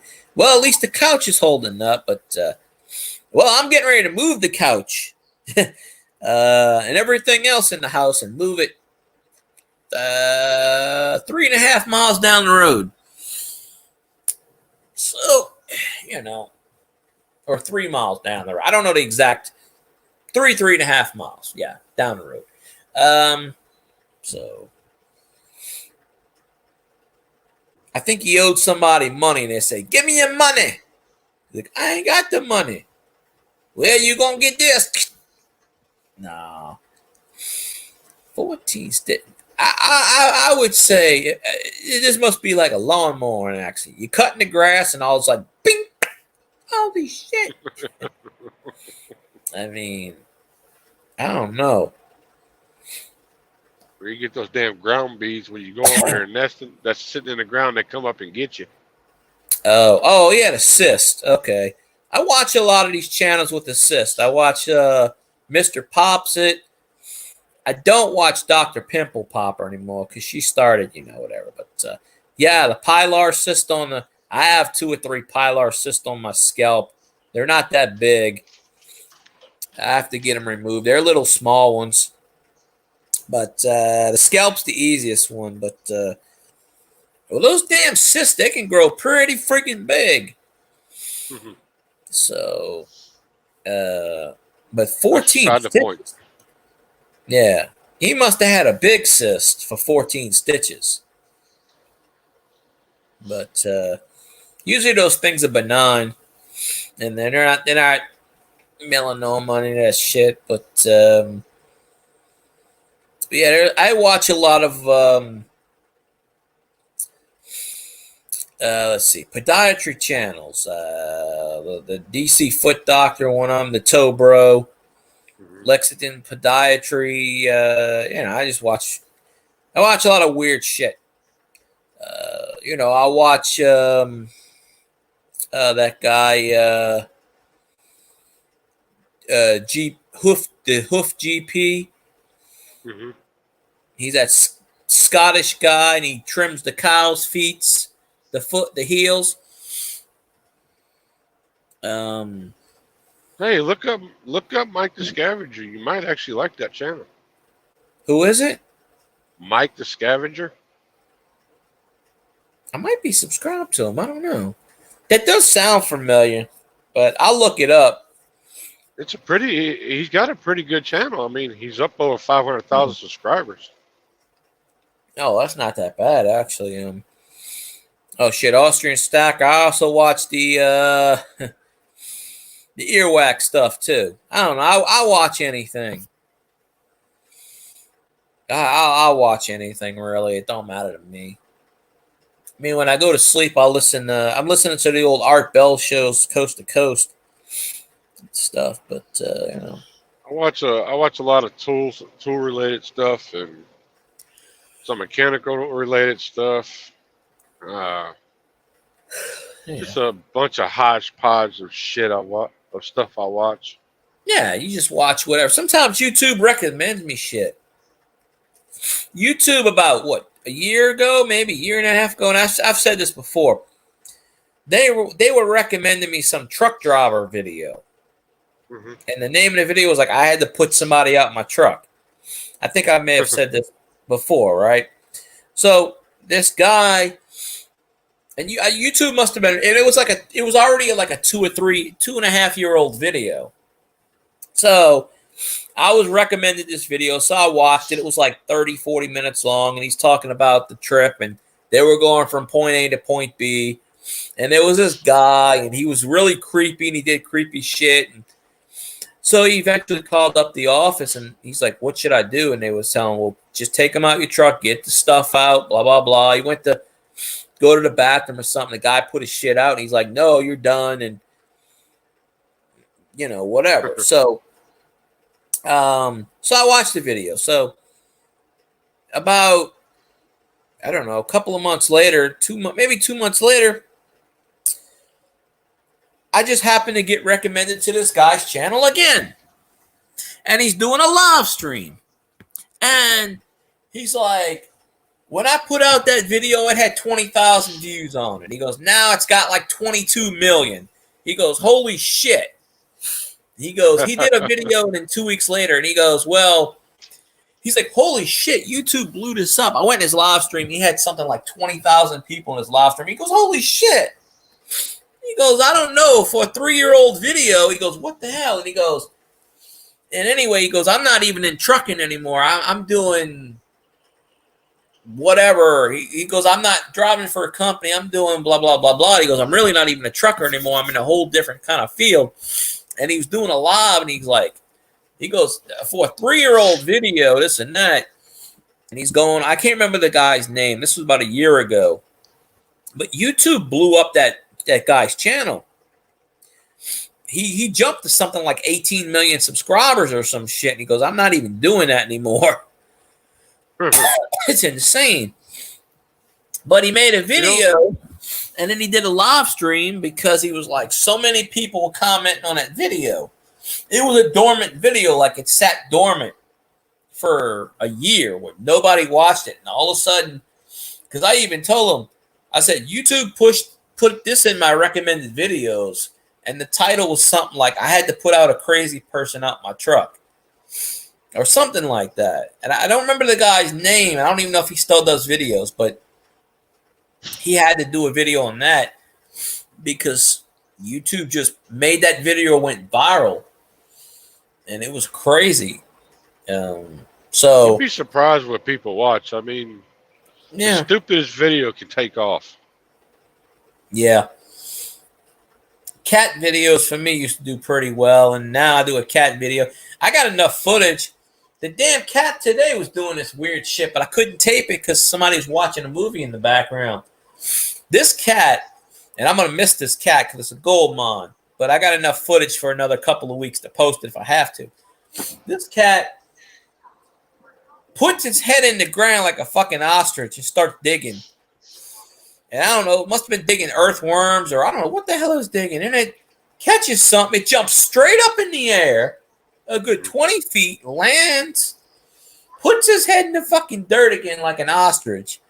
I'm like, if I was going to film this shit, I had my phone right there, but I had background noise in the background. I couldn't fucking film it. And then it's swatting stuff in the air. And I'm just like, man, I'm going to miss you, cat. You're a gold mine. Because 2 or 3 cat videos got me 2,500 views, which ain't a lot, but it's a lot for me. But there's actually 3 black cats. One of them's short hair, one of them's long hair, and the other one's, I don't know, got a weird looking collar. But I'm watching this cat, and I go, what the hell? I've never seen a cat stick his head, dig. Because usually when you see a cat dig, you know they're going to use the bathroom. But I don't know what this cat was digging in the ground. This cat must be eating earthworms or, I don't know, mice or something. I don't know what. But this cat, this cat was just, I don't know, digging in there or something. But, yeah, it's crazy. What's that, Cajun? I did a couple videos where I was just drilling into wood, And I got some crazy comments on that, and people ask me, "Are you okay? Are you doing this on purpose, or what's going on?" I'm like, "Yeah, I'm just doing it on purpose." Oh well, shit. I ought to do that. I don't have a drill. I have a hammer. I should title a live stream. Do you want to see a hammer go to and thumb? No. Well, I don't think that'll work. But yeah, exactly, Austrian.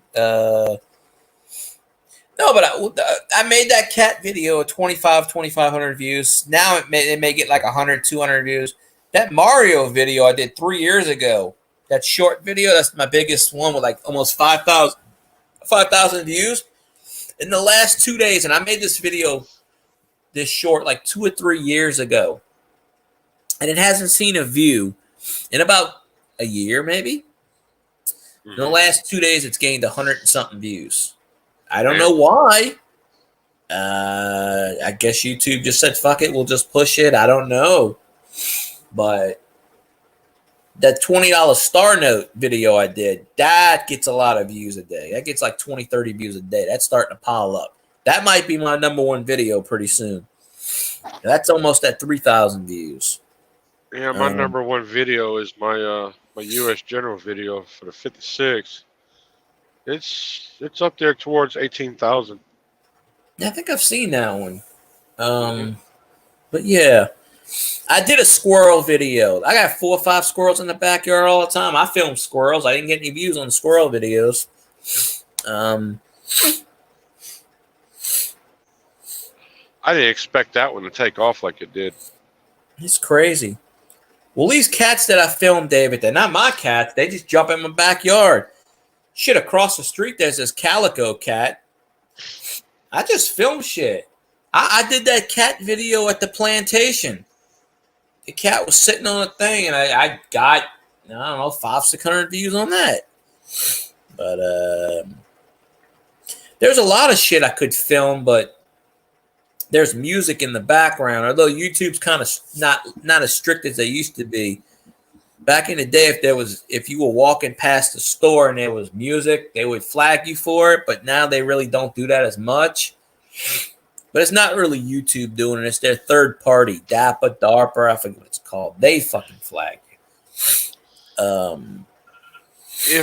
If you drowned it, if you try to drown it out as much as you can, they won't flag the video. Yeah, but I don't take that choice. Like I went in the Best Buy. I said, should I film? I mean, I can hear the music, but it's barely, I mean, you do those videos in Harbor Freight and Lowe's, and they got music in the background. I know that for a fact. Mm-hmm. Oh, but they don't, Is that the damn moon or the lights went? Oh, the damn neighbor's fucking floodlights went on again. Okay, that's what that is. I'm like, why is there a light all of a sudden in this room? I ain't going to miss them damn floodlights. Fuck that. They can have their damn flood. Why do you need to turn floodlights on at 1 in the morning is beyond me, but okay, whatever. Oh, they got them right in front of, that's kind of like people using their brights in the daytime. Same goddamn thing. And it's aimed, well, this room, there's no blinds, it's just curtains, so it comes straight through. And where I'm laying. My room, well, I'm in the guest room right now because I got rid of my bed. So I'm in the guest room. It's the only other bed, even though I got recliners. But in my room, soon to be former room, I have the blue curtains. But when they put them floodlights on, it's illuminating my room. It's not dark, even with the lights on. I can see shit. So, but I got used to that factor.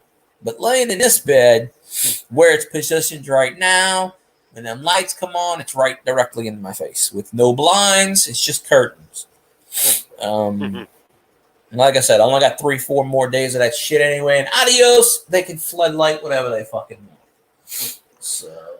No, if somebody does that to me, I give them an option. Either turn the damn thing off because you don't freaking need it when you're not using it. Well, I'm gonna take a BB gun to it. I'm gonna take a pellet gun to it. Well, I would, but these fucking, these people, I don't know what it is. Let me see. Is that actually the light? Let me see. Oh no, the light's not on. I don't know what that is. Is that the No, the light's off across the street. Oh, that's the street light is off. Well, what the fuck that is? That's some light. Oh, that's the other light. Okay, I see what it is. I thought it was. I'm looking out the window. It's the other light. Okay. There's a car sitting down there with that fucking lights on. That's what that is. Once again, it's 1 o'clock in the morning. Why is there a car with their fucking lights on parked across the way? I don't know. That house across the way that they're fixing, and I don't really know the whole story on it. There's a house right there on the corner because I can see it from the window, and it's been vacant for the 12 years I've been here, and even about 3 or 4 years before that. And supposedly the story I heard, it was a CIA guy that used to live there, and he got called overseas or something and never came back. That's the story I heard. But the neighbor across the way every so often would run extension cords and blah, blah, blah. But I did a video. If you look at the bamboo backyard video, that was the backyard. That was the house. Because it was like a forest. Well, in the last couple of months, they tore the fence down. They've been rebuilding it. They have people fixing the roof, fixing this, fixing that. But there's no fence, and they leave the lights on. So anyway, no one's really been in this house in a while. So I was walking past one day, and I heard, "We found something." And I'm thinking to myself, "Oh, maybe there's a dead body in there. Maybe the guy died in that building. Maybe the owner died, and no one's been in there in 15 years." Just saying. But they found something in that house. But that was the story that was told to me. Is that a CIA agent owned that building, and he got called overseas for something and never came back. And it's just been sitting vacant for the last 15 years. So, I don't know. But, I mean, there was a guy who had... CIA. Huh? Yeah, well, that's one part of it. I don't know. Well, my brother told that to me because someone told that to him. See, across the street, Sal, he's like 88 years old, 89 years old. He's a retired, he used to be with the police for 40-something years. He's retired. He's the neighborhood snoop. He will sit here and tell you shit. I've never talked to him. I've lived here 12 years. I ain't talked to the man once. He used to come knock on my brother's door. My brother, when he bought this house, well, I told you there was scrap metal everywhere, right? Uh-huh. Okay. He knocks on the door. He's like, "You need to move this shit." He goes, "I just fucking bought the house." He goes, all the neighbors were trying to, get him evicted and shit. He goes, "I just bought the house." He goes, "I don't know he goes, "This shit," because they left that, it was, all that shit was sitting in front of his house. It took 3 years for this house to get sold the first time. So this house is probably going to be vacant again for another 2 or 3 years. Whatever. Shit, by the time next year, I might be able to come back to this house and buy it. It might be like next to nothing. Like I said, my landlord wants $225,000. She lucky if she gets 70. She lucky if she gets 70. There'll be a flipper that comes in, offers her some money, and he'll flip it and sell it. Yep. Well, she's got a realtor already signed up to do it, so I'm surprised she ain't did that already, really. But yeah, but apparently she's not gonna come down here and get her shit, so whatever. It ain't mine, so I don't care.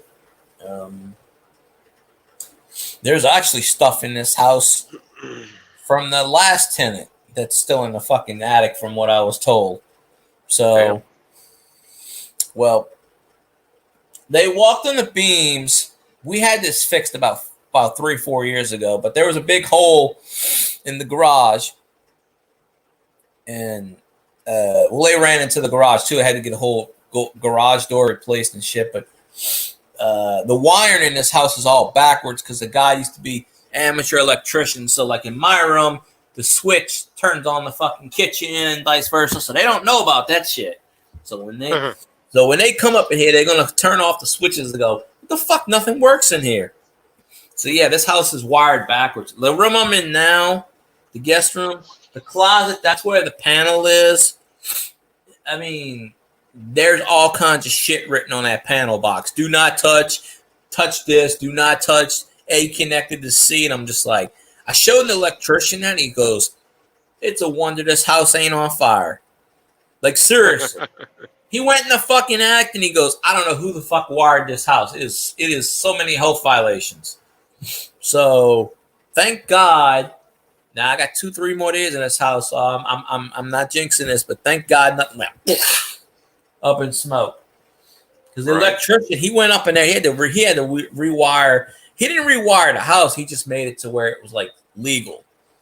But in my room, there's a switch that has been on for 12 years. If you turn that switch off, it kills the entire kitchen. The garage, kitchen, it controls half the house basically. So I've always had that power. And 3 of the light switches don't work. 4 of the fuses are blown. I mean, so it's livable house, but the people that my brother bought it from trashed it completely, and the people that owned it before them let it sit here for 2 or 3 years. So it's a 50-year-old house. Yeah, that house is gonna be a straight gut. Yeah, it's and my mom started painting it and putting money into the house, and I'm like, "Why are you putting money into this house?" "Oh, I want to make it look better." "Why? We're not gonna buy it." I was telling that 3 or 4 years ago. She's like, "I don't want to buy this place." She put $2,000 of her own money fixing this room, and she put a new garage in and changed the windows. Now she's getting that money back because my landlord's actually going to pay her for all that shit because she's got receipts. But good thing she kept the receipts. But when is she going to get that back? When the house sells? I'm like, you're not going to get that money back right away. She don't have that money. I mean, she'll get the deposit back. But that's only $600 because back then that's what the rent was, $600. That's what the mortgage was. They only bought the place for $97,000. So what does that tell you? A 4-bedroom, 2-bathroom house? And I was in this house, and I was in this house before I moved in. And it was in worse shape then because my brother fixed a bunch of things, but then when his girlfriend cheated on him, my landlord, and moved, my brother said, he moved out. My brother said, "Fuck it, I ain't fixing nothing in this house anymore." And he didn't.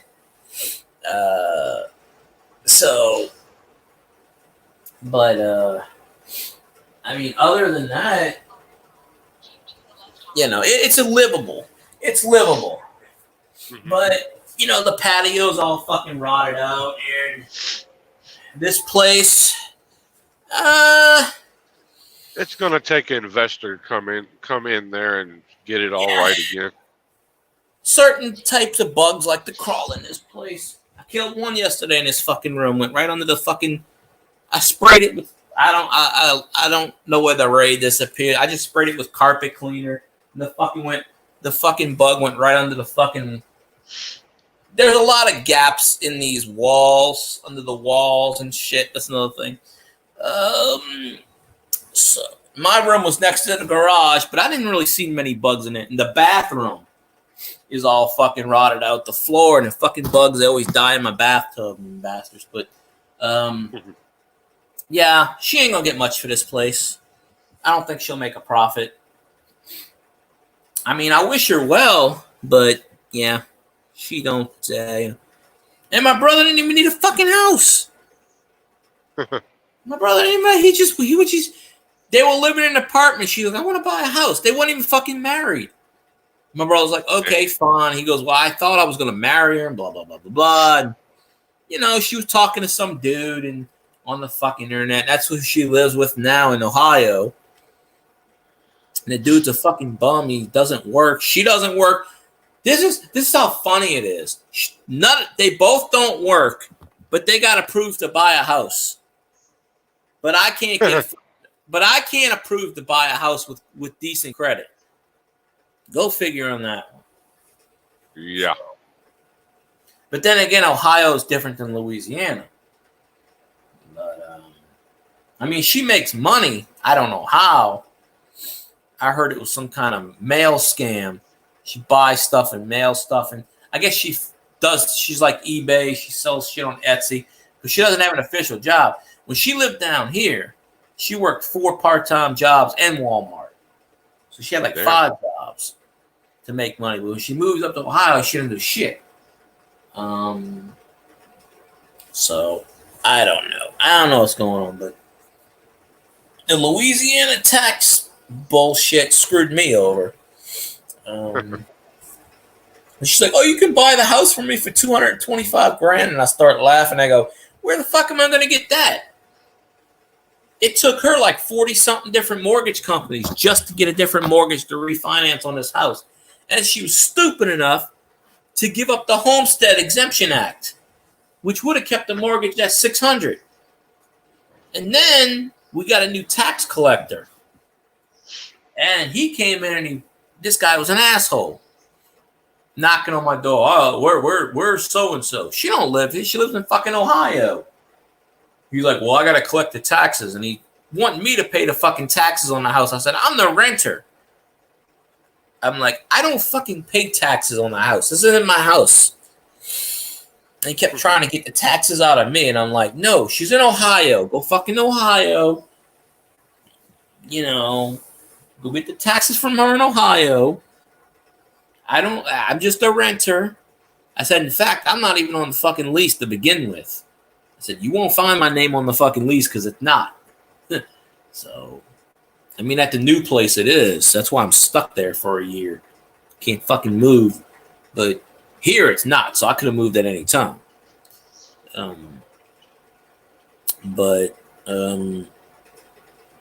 You know, it's crazy. But like getting back to the topic of stuff, you never know. Seriously, that Super Mario video. Have you seen that short? It's 15 seconds long. It's just me holding up the Mario thing, going up to the thing going, ah. It's like 15, 17 seconds. And it hasn't got many views in the last 6 months, year. In the last 3 days, it's got like 50 views. So YouTube's starting to push it again. Yeah, it's the most viewed. It's got like 4,000. It's got 174 likes and 68 dislikes. But it's like 15, 17 seconds. You should go watch it. Just type in Mario, bro. I'll get another view that way. Yes, anyone who hasn't watched that, go. It's from like 2 years ago. But I did this. But my point is, I did that video. Then I did the Zelda video, with got maybe 70, 100 views. Then I did the Mario 3 video, which I thought Mario 3 would have got more than the original. And that got maybe 50, 100 views. And then I did the original Duck Hunt. Same thing I did with the other ones, so I couldn't duplicate it. So Zanron has this Nintendo game. I don't know what. It was like a Conan game, some kind of fighting game. He did it. He did the same thing and got 19, 20,000 views. And I go, what the fuck? So you never know what YouTube, and I've never even heard of this game. So you never know what YouTube's going to push. But now, yeah, all of a sudden, you just type in Super Mario Brothers / Duck Hunt. It got, oh hell, it's up to six views in the last 20 minutes. It's telling me. Well, there we go. So, I guess if I keep talking about it, maybe. Yeah. This chat has got 28 views. I swear, back in the day, my live streams used to get 300 and 400 views. I was like really close. I was less than 200 hours from monetization. I got screwed the first time, the second time, So you never know. But if I could find a day and nail down a day to do a live stream every week at that same time every week. Yeah, like Cajun. I mean, yeah, my channel will start growing a lot more, but with my career, I can't. It's just Yeah. my Well, career will always take precedence over YouTube. I think it was much easier for you when you owned your own truck and you wasn't contracted. Did you ever sell that truck? No, the next time we go in, we're gonna get it cleaned up a little bit more because everything, all of our stuff is out of it. Well, we're gonna vacuum it, wipe it down a little bit, get it jumped off, or jump the batteries off, and take it up to Volvo and sell it. Because I can't remember. I know I watched the video and you said you were gonna sell it or something, or Yeah. that's why I was wondering, because I don't remember you doing a video saying the damn thing's finally gone. But see what helped. Everything just takes time. Yeah. What helped you with your channel is when you said you were posting it on the Harbor Freight thing. Well, shit, millions of people see that crap. I mean, not saying your videos are crap. I'm just saying that millions of people see the whatever you posted it on the, See, I have the embed stuff and the share to things. I have that turned off, so no one can share my stuff on streams, on sites. See that certain video, the one that majorly took off, I posted it on Harbor Freight's website. On the 56, on the Series 356, I posted it on there for one of their reviews. I don't know if it's still on there or not, but also I posted on Instagram and Facebook also. Well, you had something going there. I want to make a test because there's a Harbor Freight right down the street, and I've been trying to get hired there for the last couple of years, but they just, like last year, we just hired 16 people. Click. They were paying 16 something an hour. Now they're paying like 19. There's a sign out there right now, 19.27 an hour. I applied again. Of course, it's part-time, but I applied again. And, I don't know nothing about tools, but shit, I got cashier experience. Somebody's got to check the people out. I have stock experience. I don't need to know it every single. Trust me. When I started doing shoes, and I still don't know everything about shoes. I can tell you I don't know shit about tools. I'm not going to tell them that, but I mean, obviously, I can pick up a piece of paper and it'll say Craftsman X47 Deluxe, blah blah blah. Turns right, turns. People say, "What do you think it is?" Oh, I like it. What do you like about it? It's blue. I know it does the job. I mean, I know the brand. Like, Sears and Craftsman, and I know some of the brands. But I may not be knowledgeable about it, but shit, anybody can check somebody out or stock it. You pick up stuff, you learn stuff over time. I mean, hell. You got everything takes research to do. I mean, yeah. Hell. But yeah, I want to try that theory. Walk into Harbor Freight and just start filming stuff. And I'll flat out tell them, I know nothing about tools, folks, so don't ask me questions. I'm just here for research. I'll be like, this is a theory on YouTube. Let's just test this theory.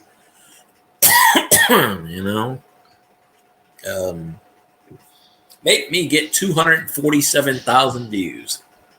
But yeah, if you haven't seen that Mario video, I just type in Super Mario Bros. Brothers /Duck Hunt /shorts.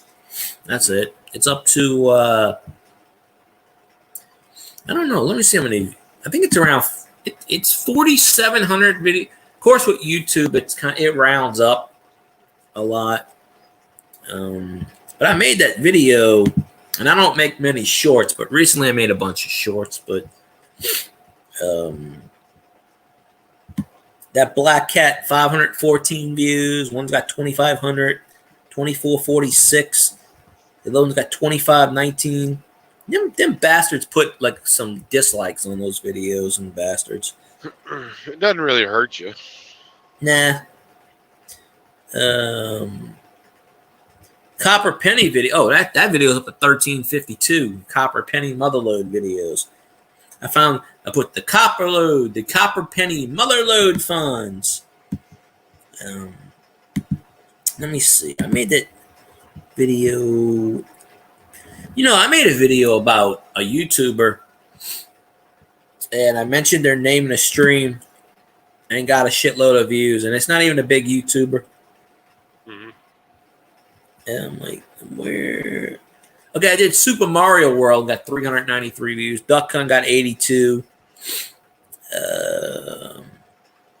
I took a toy car and called it the Flying DeLorean and got 1,000 views, so you never know. Uh-huh. I got a lot of dislikes on that video. They were like, "That's not a DeLorean, asshole." I'm like, "Yeah, it's not, but it's a toy car." I'm just goofing around. Where is this video?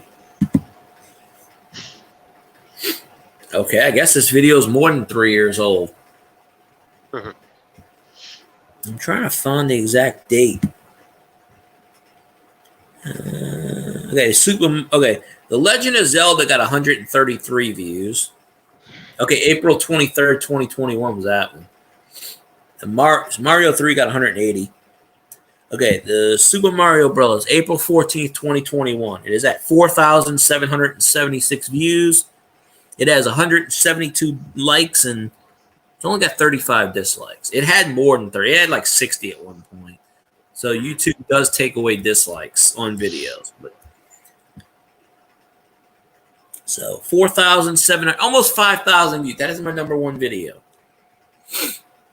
Is me holding up a game for, I think it's 17 seconds.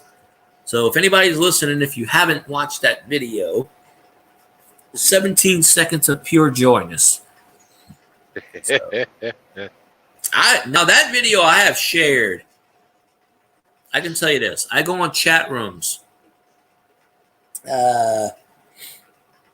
Wouldn't say it's a sex site, but yeah, whatever it is. FCN, Free Chat Now.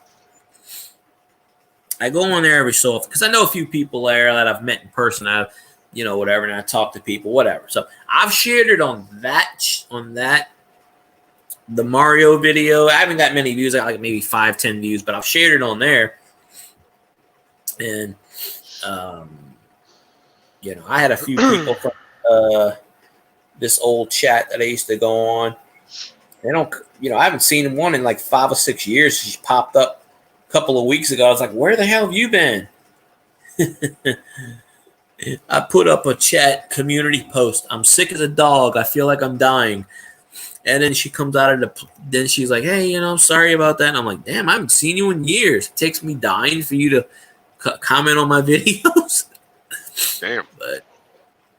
But one of them stopped streaming altogether. So, you lose contact with people. It's crazy. You lose contact and then, I don't know. But maybe if I get that Mario video to 5,000 views, YouTube will push my videos again.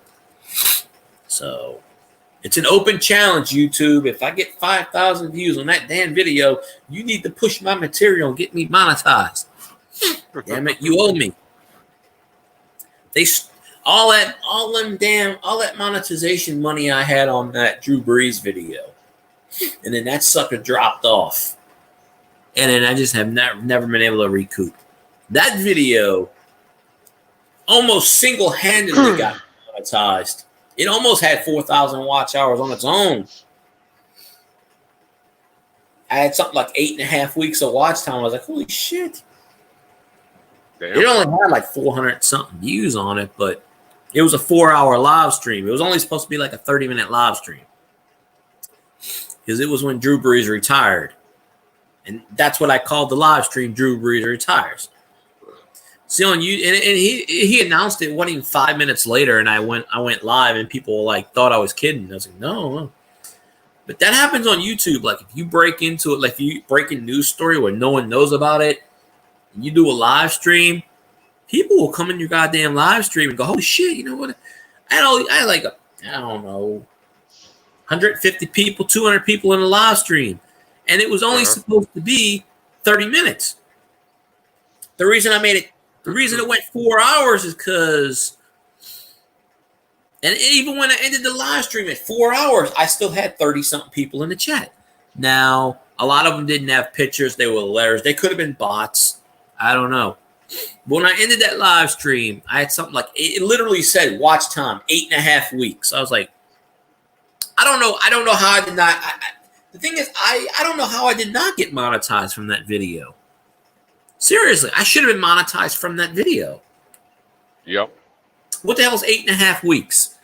I guarantee that's 4,000 watch hours. But Possibly. Well, I was like 200 watch hours short, they said. And then the 365 rule kicked in. I was like begging people, please watch my stuff. I need less than 200 watch hours. This video is going to drop off. And when it dropped off, I went from like 3,800 to like 600 watch hours and just been around 1,400 ever since. Just haven't really gained. But back in the day, I was doing live streams 5 times a week. And I was mostly doing them between midnight and 3 a.m. And that was the key because you get the insomniacs. You start around 2, 3 a.m. The UK, that's 6 hours later, they're starting to wake up. The Filipinos, it's like 11 o'clock in the morning now over there. They're all streaming. That's why they stream 1, 2, 3 in the morning. I'm getting, and then the coin community, and like I said, I was getting, not every night, but on a good night, I was getting 20 people. And then I end the live stream with like 5, 6, 7, 8 people. Now you see I got one person. Nobody comes in my chats anymore. So that ship has sailed. But there's a few factors. If Murad was still alive, he would have got me monetized. I know he would have because Murad, people would hack his fucking channel. And within 2 weeks, he would get remonetized. Because he had thousands and thousands between his paranormal, and he would have those people come back. Like 99% of those people come back. And he got hacked at least 6 times when I knew him. Of course, he passed away from the Hong Kong flu. I was in his last live stream. I was on his panel, and he was really, really sick. This was about 2 weeks before he passed away. And he's like, I don't know. I feel bad. This was the start of it, like a couple of months in. And he's coughing and sneezing. He goes, oh, man, I feel bad. I got the flu. I got like 101-degree fever. And I was, you shouldn't be live streaming. He goes, well, no. He's the one that would joke around. 100 likes and I twerk. Because he was always getting 100 likes. He was getting like 500, 600, 700 likes on his live streams. So he always twerked as a joke. He had awesome sauceum. That was his catchphrase. And, he did paranormal stuff. But that's how I met a few people, Honey Tina, and I met a few other people. I think that might be how I met Grumpy Grandpa, if I remember right. But he would get hacked, and then 2 weeks later, he'd be monetized again. But he was bringing a lot of his people in my stream. So that was helping me out also. Like he'd raid me and I'd get like 30 people in my chat. And I was like, holy shit. Now, not all 30 would stay in my chat, but he would come on my panel. He'd bring people. So, I mean, if he was still alive, he would probably bring his crew in here every night. I'd probably be monetized. And he would have helped everybody else get monetized because that was his goal. He didn't care who you were. If you needed help, he would share your channel out. Even if he didn't know you. Like, he probably would have shared your channel out. Right. Yeah, that's how he was. You know, I mean, he was a meat packer. He worked for Kroger in Vegas. But I found out because his brother posted on his Facebook, and other people would like, rest in peace, Murad, and they go, what? I'm like, oh, R.I.P. Murad, sad face, and I go, and I went in a few of these streams, and I'm just like, what the hell happened? What's going on? I mean, I know he was sick. I was in his last panel. It was just me and him. Usually you have like 10 people up, but it was just me and him that night. And I'm like, he was, you know, I know he had the flu, and that's when they told me what happened. I was like, oh shit. Like, he went to the hospital after that stream and never came out the hospital. He fell into a coma and never woke up. Damn. Like, literally, he jumped off of YouTube, went to the hospital, and never woke up. So I'm just like, wow, that is insane. So I might have been one of the last people to see him alive. So that's eerie. And then like 3 weeks after he passed away, Amy passed away. Youper girl, she was a coin collector. I don't remember if she died of breast cancer or she had a brain tumor. I think breast cancer took her. So no matter, and she would come in my chat and bring people. So it's just like within a matter of 3 weeks, I had two big supporters of mine just kick the bucket. And then within the last 2 years, I had Texas Joe pass away. He watched all my shit. And then about, might be almost a year now, you remember, I don't know if you remember Archaeology Mikey. No. Oh, well, he would come in. His thing was, well, David knows him. His thing was, he would come in and tell me what he ate for dinner. I had a burger and fries, blah, blah, which I said I was going to do on a regular basis, take up for that, but I never did. But I ate a Pop-Tart, Mikey. That's what I ate. But he would watch all my shit, no matter what. He was at college in Florida. He passed away in his sleep. He was like 22. I found out. I don't know how, you know, somebody posted a link. Somebody was like, rest in peace, Mikey, blah, blah. I'm like, what the fuck? And they put the funeral thing up. And I'm like, holy shit. I'm like, that's why I was not that I want to joke about this. I was like, all my viewers are passing away, Cage. And he's like, no, look at me. Yeah, he mostly ate cheeseburgers and fries. But so I kind of pick up on all of these. Amy didn't really have a thing, but yeah, Murad was with the twerking, and Mikey's thing, which I keep saying I'm going to do, is Mikey would come in and tell you I had homemade cheeseburger and French fries and a malt from McDonald's or something, you know, something like that. Or I ate pepperoni. Mostly it was cheese and burgers and fries with him, but you know, but that seems to be the unofficial running joke. People watch me and they gone. So I've had 5 big supporters of mine pass away. So who knows what God has in store. So I'm just saying, if Murad was still alive, I'd probably be monetized, despite YouTube interference. Because he had a big following. I mean, he had maybe 4,000, 5,000, 6,000 subscribers, and he didn't even care if he really didn't even care if he got monetized. He just did it as a goal. But people would donate to his channel like water into wine. And he would just pay it back. He would just take the money and just donate other people's streams. You know, because that's the kind of guy he was. But I'm just like, good Lord. Like every time I got somebody that watches me, that's it. They gone. Just God says, nah, he ain't getting monetized today. No. That's why Cage is like, don't wish that on me. I'm like, no, you stay in here. Yeah. It's the last fucking thing I want. I don't want to wake up one morning and have, because trust me, that's how you find out these things. But I mean, I do have Missy's number, so I'm sure she'd probably let me know. But that's how you find out these things.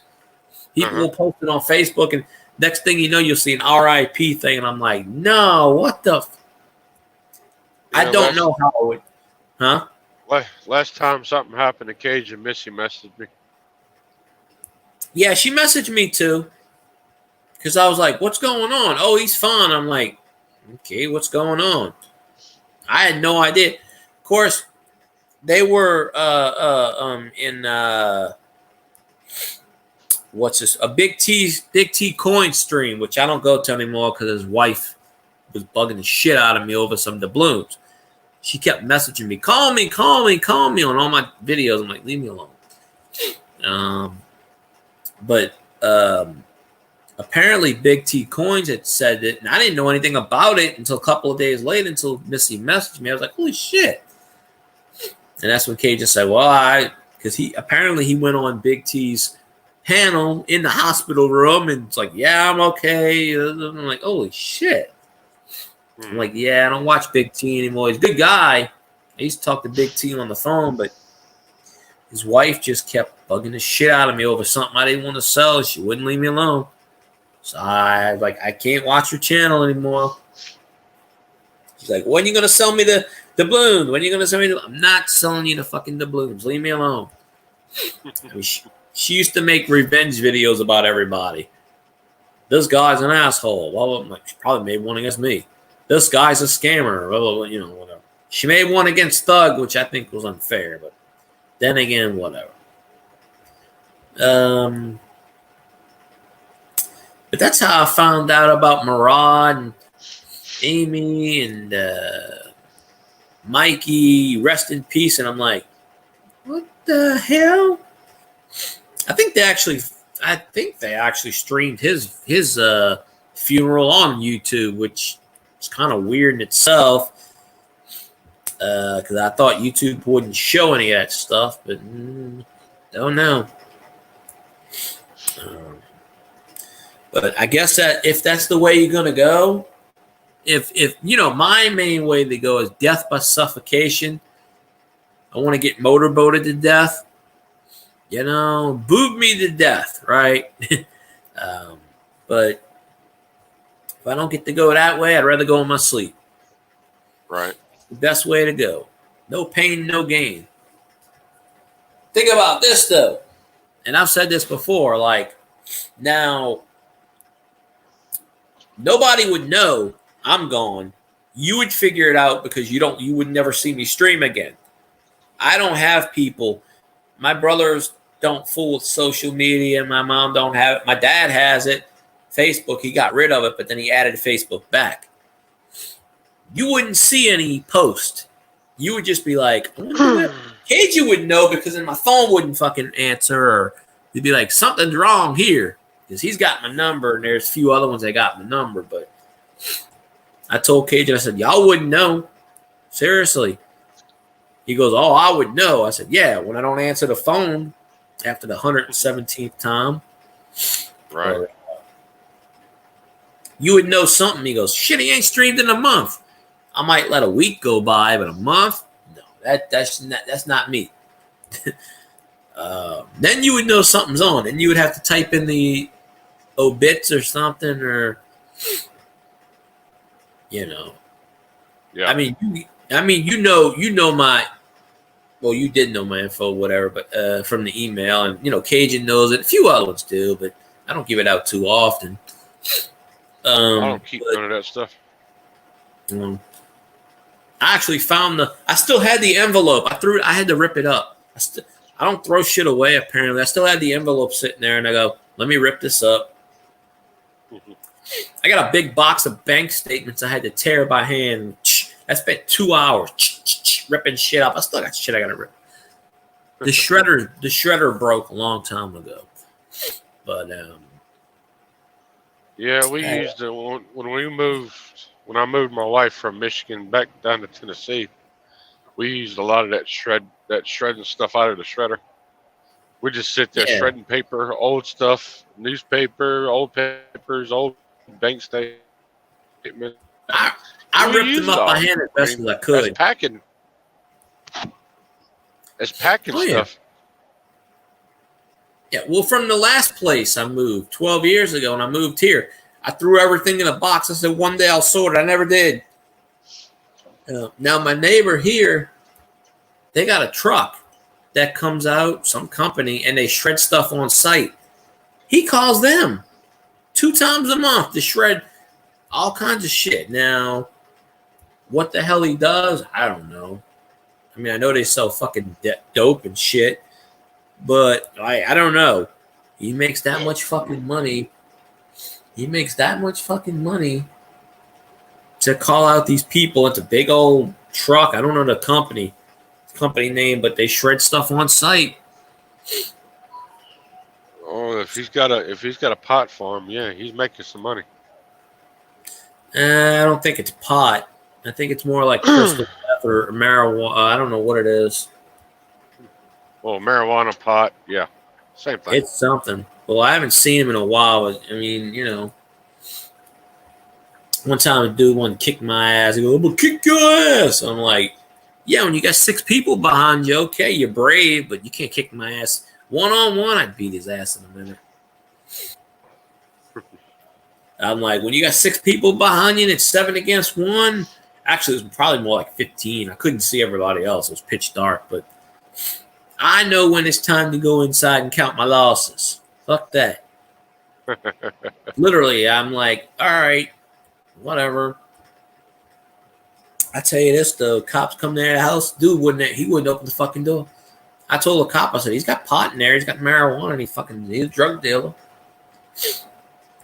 They're like, wait yeah. You don't have to open the door when a cop knocks on your door. Remember that. No. You don't have warrant? Nope. Well, go talk to yourself. Yep. Well, that time they knocked on my door, they kept beating on my fucking window, and I'm like, can I help you with something? He's like, yeah, I need to talk to so-and-so. It was one time my brother did something, and I forget what it was. He was allegedly, Walgreens fucking set his ass up, basically. They said he stole a bunch of drugs, and he didn't, and it was basically because they were in cahoots with the parish, and he had to pay a big-ass fine and shit, and he didn't go to prison or nothing. He had probation, whatever. And so one time, he wasn't even living here. He had a trailer like 20 miles down the road. And the detective's banging on my fucking window at like 8 in the fucking morning. And I'm looking around like I'm thinking it's my brother who's living with my other brother at the time. I'm thinking my mom. Okay, they locked themselves out. I open up the door and this guy's in, detective suit, whatever. He goes, I'm looking for so-and-so. I said, he ain't here. Oh, well, can I come in and look? And they go, do you have a warrant? He goes, well, no. I said, well, you can't come and fucking look. And I slammed the door in his face. And he's fucking beating on my fucking door window. You need to open up the door and talk to me. And I go, you need to get the fuck off my property before Mr. Gun comes out. Now, I didn't have a gun, but what the fuck? I can tell him what I want, right? Mm-hmm. So they're doing surveillance down the fucking street. They're parked down the street. And my mom comes home. They stop her from getting in the fucking driveway. They block the cars, 2 or 3 cars. Where's so-and-so? She's like, I have no idea. He don't live here anymore. What's his address? Here you go. Oh, we already went over there. He's not answering the door. Well, what the fuck you want me to tell you? I don't know where he is. Like when he moved from here, I didn't see him for 2 years. So, and then he came back. You know, I haven't seen my brother in 7 years. He actually moved back down here recently with my dad for 6 months. I didn't know about it until after he went back to Ohio. So we don't really have we don't really deal with him anymore. Whatever. But so they left. A couple days later, mom's getting ready to go to work. They blocked the fucking driveway. Where's so-and-so? Blah, blah, blah. She goes, my mom's like, I got to go to work. You don't have a fucking warrant. You got 2 seconds to move. And I'm sitting there listening. She goes, you got 10 seconds to move your fucking car. I'm ramming your fucking cars. You're on my property and I have a right to fucking defend myself. I will fucking ram your car. Oh, yes, ma'am. Yes, ma'am. They move it. She leaves. They bang on my fucking window. We know you're in there. Open up. I'm like, open up the door. I go, what the fuck do you want? Oh, we have a warrant for so-and-so. You ain't got no fucking warrant. Show me you got a fucking warrant. He takes out a piece of paper. I'm like, this ain't a fucking warrant. He shoves it in my face. He tries to get in my house. I'm reading this. This ain't no fucking warrant. It's a goddamn laundry list. It's his fucking laundry list. It's a paper. It's got fucking laundry detergent on it. It ain't a fucking... He's trying to get in there with a fake warrant.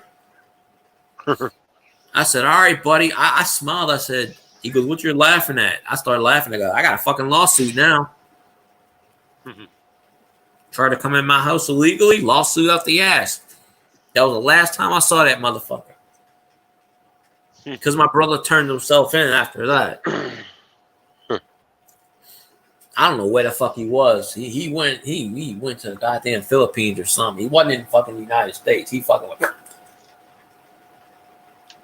I don't know. He supposedly stole some fucking medication or some shit. It wasn't even like $1,000 worth, but they were on his ass. But the reason why is because he did it from Walgreens. So he had to pay over like 20 grand just to get his record expunged. Damn. Yeah. They spent money. The DA is like, if you got 20 grand, off the record. It took him like 5 years to pay it off, but he did. Like literally, they gouged his checks. He was making like $1,000 a week, and they were giving him like $100 out of his check. Damn. So it's crazy shit. But whether or not he stole shit, I think he did because he had some kind of habit. But but that's how them asshole cops are. They don't give a shit. You tell them the truth, they think you're lying. So you might as well fucking lie and say, oh, well, he was here, but he's not here. You might as well fucking lie because they think you're lying anyway. Right. They don't think you're telling the truth no matter what you do. They think you're automatically lying. Oh, I haven't seen him. Oh, yes, you did. Okay, well, fine. Fuck, that's fine. I fucking saw him then. I don't know. I literally did not see him for like 2 months. And they're fucking asking me, when's the last time you seen him? 2 months ago. Are you sure? No, let me check. Do you talk to him? No, I don't. Even now, I have not talked to my brother in almost 2 years. I haven't seen him in 7 and I haven't talked to him in 2. So, whether or not I ever see him again, that's up to him. But when they tell me, oh, you talk to him every day, you want to pull my phone records up? First of all, he doesn't have a cell phone. He's never owned a cell phone. So how do I talk to him? Think about that logic. I mean, my brother does that Facebook stuff with the voice messages, but other than that, he don't have a cell. He's never had a cell phone. He don't know those things. But that's how those cops are. They're crooked as shit. Yeah. I ran into a few problems with police that had the situations I had nothing to do with. Yeah, it's crazy. Other people affect shit. Like he's beating on my fucking... That dude's like beating on my fucking window. I thought he was going to break my window. I was working for a car lot and they got broke into. and got stolen out of the place. I get called into the office by the detectives, and they're sitting there grilling me. I'm like, dude, I work here. Why in the fuck do I want to steal anything from this place? If I need something, I'll just walk up to the boss and ask for it.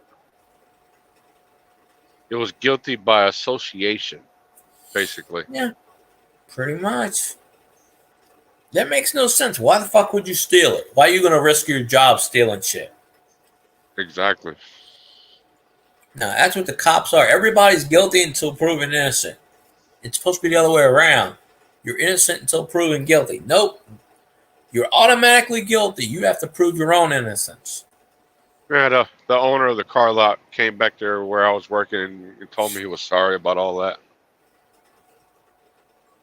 Well, yeah, it probably wasn't his idea. The cops are like, well, we got to be thorough. We got to check everyone out. No, but you don't have to be an asshole about it. Now, if you actually know that something like that's going to happen, then it's fine.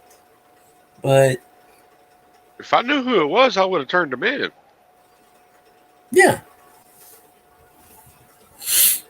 Well, shit, my job, if you catch somebody stealing and you report it, you get like $1,200 reward. It's all anonymous and stuff, but you get $1,200. I'm like, I've said this numerous times. I said, please steal. I need the $1,200. Please steal.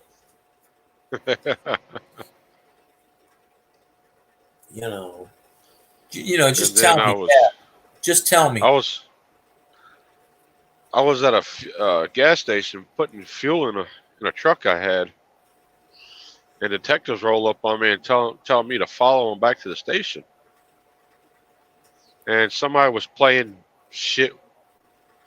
Somebody hacked the FBI credit cards and was using the credit card under false pretenses and shit like that. My mom was in on that shit, but she didn't know what was going on exactly. She turned them in, and then something else happened within the city limits. Somebody's motor scooter got stolen or some shit from a car lot. This same car lot,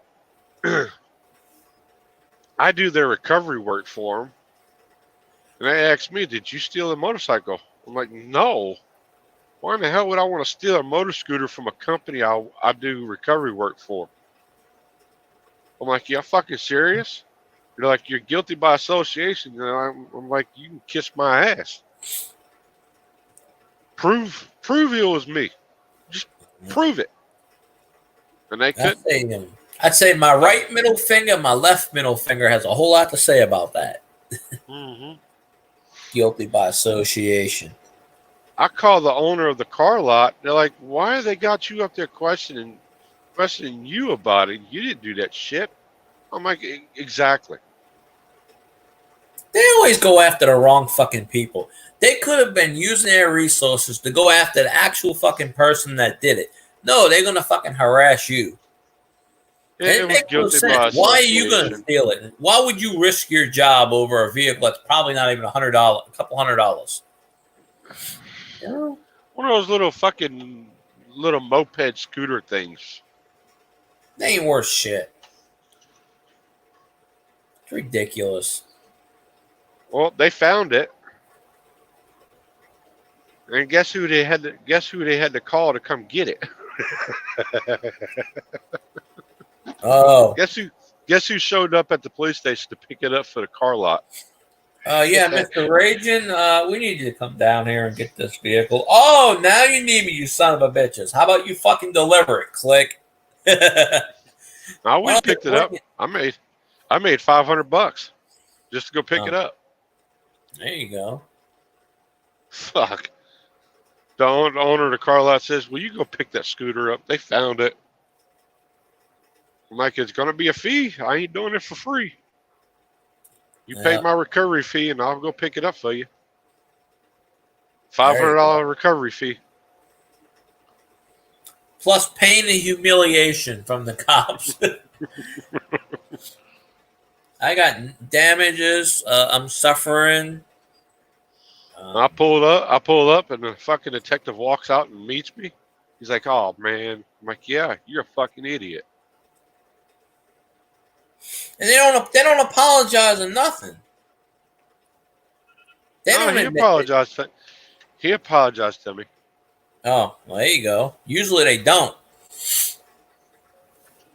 But I remember one time, it's when Save Center was still around. And, the grocery store was right down the street. And we closed at 10 o'clock. I got out of there at 10:30. I was like 18, 19 years old. And I rode a bike. So I'm riding my bike home. I get to my driveway. All of a sudden I hear beep, beep, beep, beep, all the lights. I turn around. Put your hands on your head. Okay, what the fuck? I got like 3 cop cars like coming up to me. And they telling me put my hands up, put my hands on my head, whatever it was. And I go, what's the problem here? And, my dad just happened to be in the front row. He comes out and he goes, what's going on, blah, blah, blah. And they go, well, we're questioning suspects. You fit the description of somebody we're looking for that broke into someone's house and stole a sofa. And they were like, where have you been? Where have you been doing? Blah, blah, blah. And I said, well, I just got off my job at Save Center. I'm in the uniform. And they said, why are you riding the bike home? And I said, because I don't have a vehicle and I don't feel like walking. And, oh, you fit the description of someone that broke in someone's house and stole a sofa. And I said, what would I be doing with a sofa? And explain to me how I'm going to move a sofa on a bicycle, a regular bicycle. You explain how I'm going to do that. And, my dad's out there. My dad's like, you got 10 seconds to get off my property. I said, because he's like, this is false harassment and there's a lawsuit. And they didn't apologize or nothing. They got in the car and left. And my dad he got their badge number and he called up and he's like, yeah, they harassed my son, all this stuff. And this was before cell phones, so he couldn't take any videos or stuff, but and they didn't apologize to me, but they had to they came back to my house and they apologized to my dad. Yeah, but it makes no sense. Mm-hmm.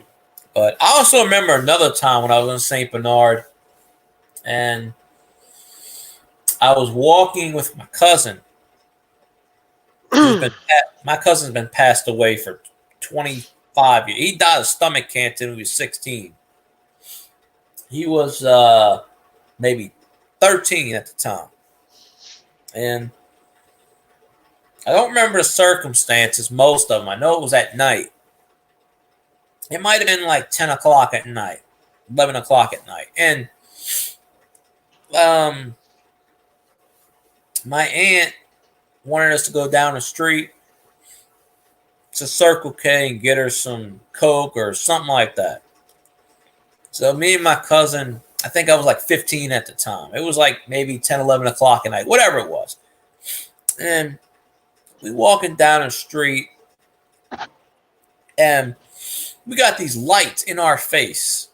Like I looked up, there's these lights. What are y'all doing out this late? I'm like, is there a problem here? Is there a curfew I should be aware of? I'm not doing anything wrong. I just went to Circle K. Oh, well, the attendant said you were stealing, that you might have stole something. I'm like, no, I don't have any pockets in these pants. Couldn't steal anything. And they're trying to talk to my cousin. He's not saying anything. Finally, my cousin goes, we don't have to stand here and take this. My cousin's like, either arrest us or leave us alone. And the whole time they had a light in our face. And he's like, well, you kids get home. And, so I told my aunt. And my aunt's like, there's no curfew. You did nothing wrong. Why? It was like a Saturday night. But, cops just, playing cops. I don't even think. Honestly, looking back on it, I don't even think they were cops. I think they were just somebody, because I never actually officially, I heard like lights, but I never actually could officially see because they had lights in my face. So I could never really tell if it was actually cops or not. It might have been just some two people fucking around. It might have been somebody, a situation where, you know, a child molester, somebody grabbed somebody in a vehicle. Because it was getting to that point where my cousin was like, we should just go, fuck it, you know, whatever. You know, it could have been multiple things. Yep. Because honestly, you know, if it would have been something like that, the cop would have put us in the car or whatever like that. But still, but I just remember that it's just kind of weird, just crazy shit. But It's usually the way it works. oh yeah, just like okay. Of course, I know a lot of the cops down here, so I'm usually good with a bunch of shit. Especially when the wackadoo tried to pull what they did that time, and they came on over and opened up the door, and I go, "Oh yeah." He goes, "Yeah, I know what they did," and I said, "Yeah, me too. Sorry about that." And he goes, "You know, we got to check these things out," and I said, "No, I understand. I understand." And then he played a call, and I said, "Doesn't that?" And he goes, "It sounds so real." And I said, "Yeah, they do. I know they do that shit. That's how they get you." You know. And he goes, "I know it would make less sense, but honestly, it's like they tell you, oh, there's a maniac shooting a gun in the middle of the street. You pull up and it's quiet. Obviously, they know it's a fake recording. But since it was called in, they have to check it out." Uh-huh. And I knew the officers. I knew them. I went to school with one of them. So, you know, we were cool. He's like, "Yeah, we got a call. We got to check it out." And I told him, I said, "Yeah, some asshat fucking hacked my YouTube. And, you know, and I deleted the video, and you know, it's one of those, haha, we're gonna catch you on stream. Well, fuck you, you didn't. But they did it anyway. And I told him, I said, I just deleted the stream. And he's like, "Yeah, we can't trace that shit," and blah blah blah blah. Or they didn't want to, but he's just like, "Yeah." And I said, "Well, if it happens again, you'll know." I said, "It's probably some guy whacking off in his basement." And he goes, "Yeah, but we still have to come." And I'm like, "Yeah, I get it. I understand." I said, "But I'm just letting you know, if it happens 2 weeks, 2 months from now, just ignore it." And he's like, "Well," he goes, "I'll ignore it, but I can't promise the other one won't." Stupid shit. Mm-hmm. But yeah, that was from the lottery ticket people, I think, because they were hitting the lottery scratch off people that time. I know one lady got hit like 4 times in a row. And it was the same people knocking on her door. And she's like, "Isn't this getting old by now? Don't you know I ain't did anything? You come here every day." There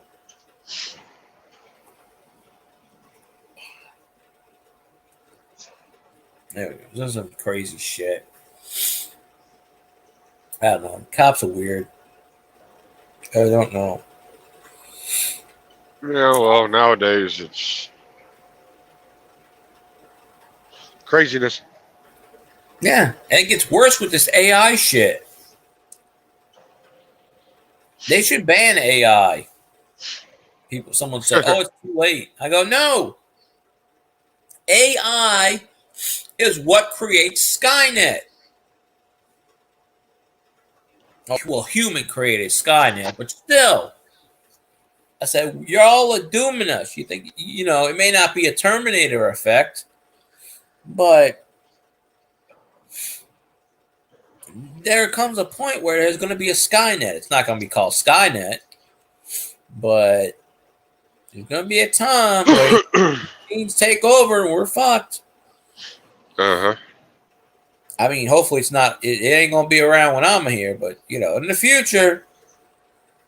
So kids, if you're listening 3 hours and 20 minutes later into the stream, 100 years from now, and you just happen to find this footage, don't say I didn't warn you.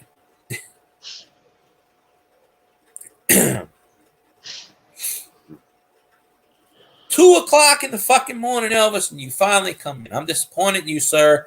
Thank you for coming in, of course. But, Damn, Elvis. Doctor Who was saying school 3 hours ago. You missed Cajun. Cajun left an hour and a half ago.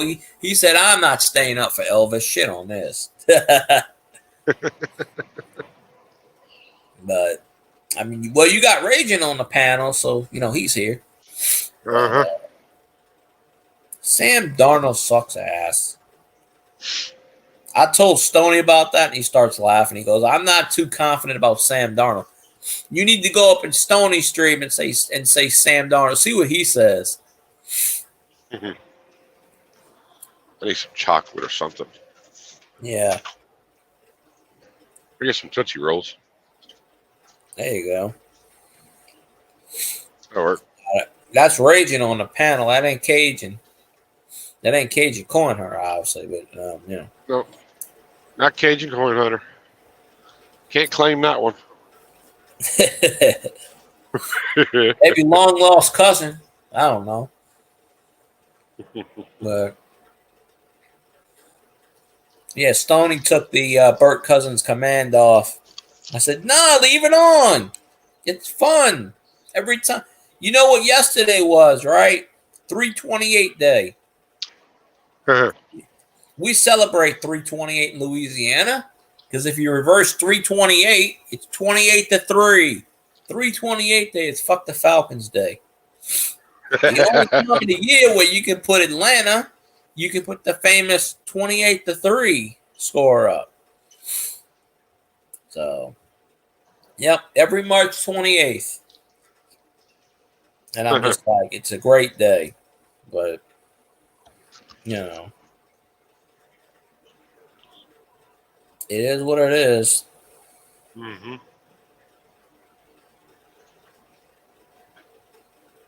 Elvis, I need a beer. That's funny. Elvis pops in my chat, but I ain't seen Grumpy Grandpa yet. Unless he's doing a live stream I'm not aware of, which probably could be the case. But no, it's Friday. It's Friday. He should be sleeping. Mm-hmm. I think he's off on Fridays. I don't know. But it is what it is. I think if Sam Darnold gets to the Super Bowl and then wins the Super Bowl MVP, then Elvis should give me $1 million.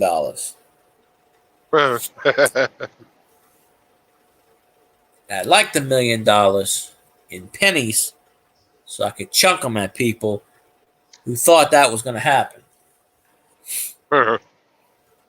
Just like they said Trump should pay his $400 and something million in pennies. Fucking right, it's legal money. You ever seen those people? You ever seen those channels on YouTube when they have traffic tickets like $280 and they show up with fucking jugs of pennies and they don't want to fucking take it? It's legal tender. They have to take it. Yeah. And they did that one state, and the lady's like, well, I'm not taking that. And the guy's like, it's legal tender. You have to. And they were going back and forth. And a guy, one of the supervisors walks up, and he's like, he said something like, okay, we'll just take the money, just count it. And they dumped it all on a thing. And the guy standing there, he goes, no, I'm going to film this. He goes, I want to make sure y'all not cheating me. He goes, how do I know if I walk out, you just don't throw this in the trash and say I didn't pay it? So he filmed it, and it was like, I don't know, 8 milk jugs, 10 milk jugs. They dump it out, and it's him, her, and they call in a few other employees, and it's like, I don't know, 2 hours later, whatever the fine was, I think it was like $500 or $250, whatever it was. Mm-hmm. And they film it, and it's to the exact penny, and he goes, okay, I want a receipt. And they were like, well, you know, first of all, you shouldn't be filming this. It's a public building. He goes, they go, we don't have to give you a receipt. Your receipt is the video. And he goes, no, I want a receipt. Just in case the video doesn't work. He's like, I may walk out of here and the footage mysteriously disappears. Right. You never know.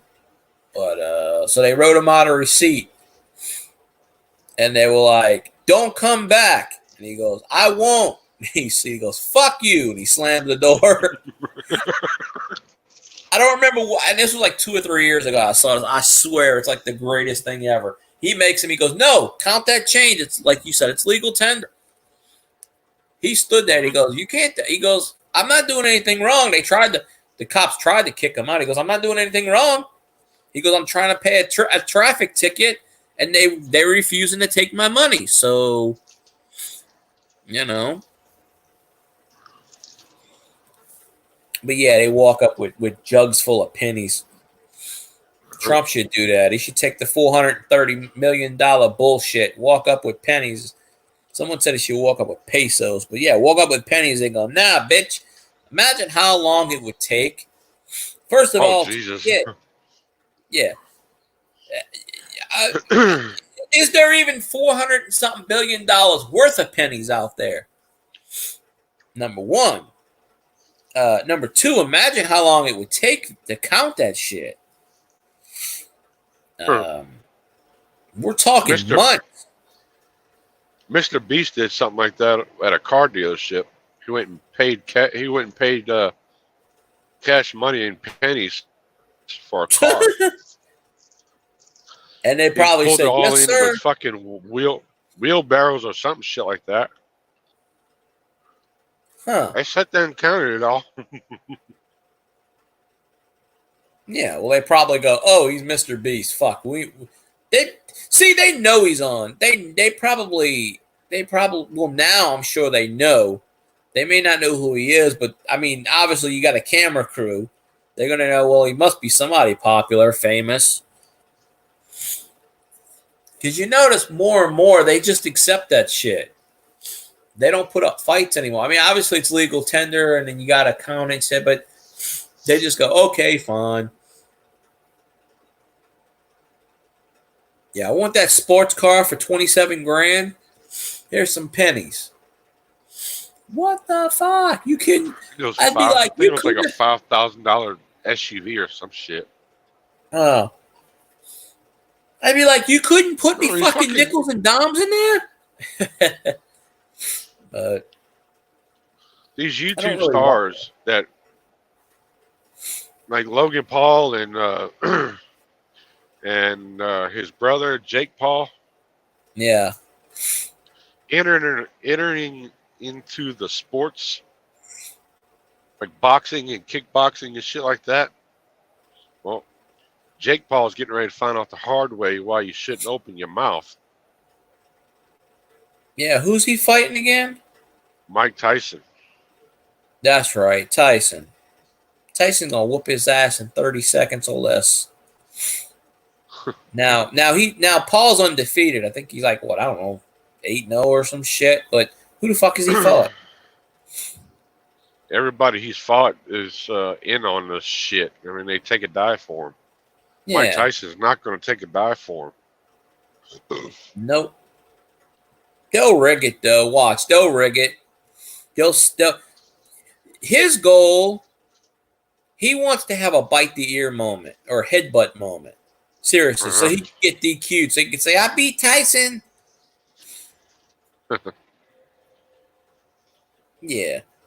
Those idiots have no fucking talent. I mean, they do wrestling. I mean, he does he's been in the WWE lately in the last couple of years. They have no fucking, their fucking claim to fame. They found a dead body and filmed it on YouTube. Okay? that goes against all of YouTube's rules, but yet they allow that. And that video's still up, by the way, on YouTube, to my knowledge. And they're allowed to film it. That is no different than in the theme of the movie Stand By Me, when they found a dead body on the railroad tracks. That's how they got famous. You know, now I understand the women, they get famous with the sex tapes. That's their, yeah. That's their. Well, shit. Kim Kardashian's ass made her billions of dollars. I mean, you know, hey, but that's their claim to fame: finding a dead body and filming it. Well, shit. If it was that easy, everybody'd be doing it. Right. So I don't know. I can't wait to see the results of that fight. Oh, Tyson will. That fight goes 30 seconds. It's too long. All Tyson's got to do is show up in the ring and go, boo, and then he shits his pants and drops dead. And when is that fight happening? Soon? I think June. Oh, okay. I saw a promo about that the other day. It was on Twitter, and then I saw a thing where they went face to face, and I go, "Are you fucking shitting me?" Tyson's almost 60 years old, but fuck, he might be at 60. But I mean, Tyson at 60. I think 50, 56, 54, 56. Well, Tyson at 56 still has enough power to whoop Logan Paul at whatever age he is, 30 something. I think so. I mean, shit, all Tyson's got to do is go 1, 2, 3, boom, down. It's like riding a bike. You never really get it. I mean, you lose stuff over time, but I mean, you know. This is like recreating Rocky Balboa in real life. Yeah. When Rocky fought that youngster in a movie. Yeah. It's like that. It's like when they did the computer generated thing. And it actually came true. Yeah. Well, I mean, Rocky lost to that guy, but in the alternate ending, he actually won. So they always do the alternate ending things, but yeah.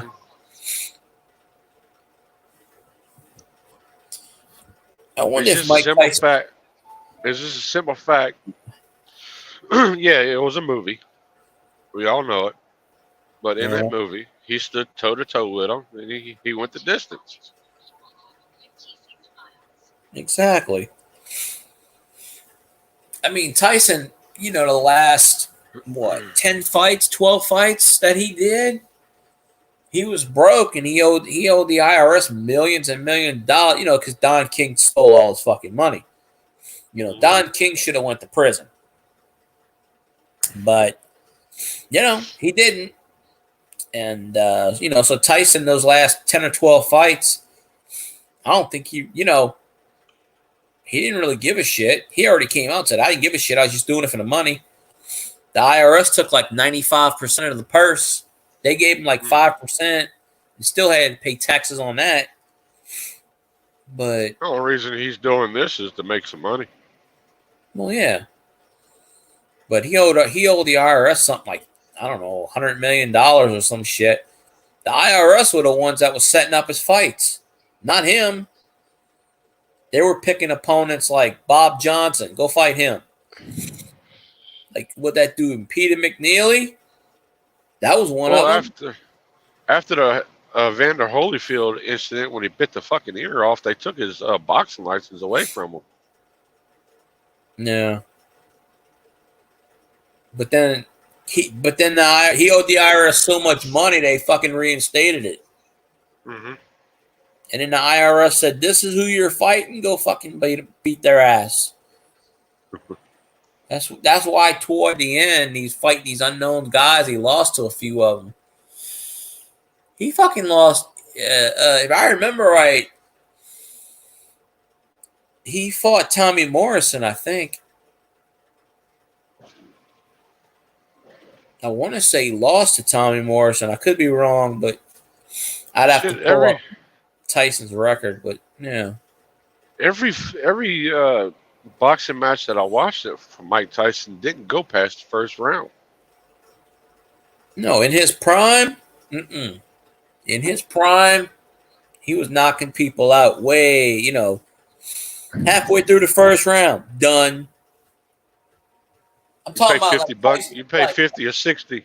You pay 50 or 60 bucks for a pay per view that lasts 10 seconds. Yeah.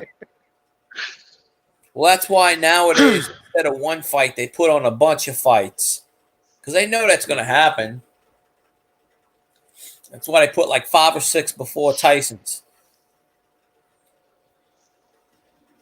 My brother pulled up all that shit with Tyson. Everybody's predicting the first round knockout, and they're giving Jake Paul the option to wear a headgear. Yeah, but he's too macho and cool and stupid enough to fucking do it. I think he's Mike Tyson at near 60. He's not what he was when he was 21. But 60% of that Mike Tyson is still better to give that sumbitch brain damage. Now, I'm not saying when James Buster Douglas knocked out Tyson that was a fluke, but by that point, Tyson was so distracted in his life that he just wasn't Tyson, And sometimes it takes that to happen. But and what are they doing it for? Charity or? I think just because. No. I think Jake wanted to fight him. Publicity? I don't know. Why the fuck I guess he thinks if he can get in the ring with Mike Tyson and go the distance with him, people will start taking him seriously. Well, he picked the wrong fucking opponent. Well, I think I read somewhere where he wanted to fight Holyfield, and Holyfield said no. If I remember right. Well, that might have been his brother. But I remember something recently in the news in the last year or so that Holyfield was going to come out of retirement and fight somebody, and then they got canceled. Maybe it wasn't Jake Paul. Maybe it was somebody else. Because Holyfield said he wanted one more fight with somebody. But, I mean, still, that's got to get sanctioned by somebody. You just can't go up into, you can't pull a Rocky V and just fight someone on the street. You knocked him down. Why don't you try knocking me down now? Yeah. That's just crazy shit. Mm-hmm. I'll probably watch that. I'd probably find it on people will be posting that shit on YouTube. But I mean, honestly, let's say Jake Paul somehow fluke knocks Tyson down, knocks him out, or TKOs his ass. Just out of a fluke theory. It's okay. It's not like, okay, you knocked out 21-year-old prom Mike Tyson. It's, Jake Paul knocked out an old guy. So I don't see how you do that. Everybody's going to think that was rigged. Yeah, I don't see how you win in that scenario. I don't. It's like, I know a lot of wrestling's fake. I don't doubt that. A lot of it's just storytelling and bullshit, but some of it's actually real. And they had a storyline a couple months ago with Cena and Austin Theory. Cena came out and told Austin Theory, if you win, you still lose. If I win, you lose. No matter what you do, you lose because you got to come out that next Monday and actually be that person.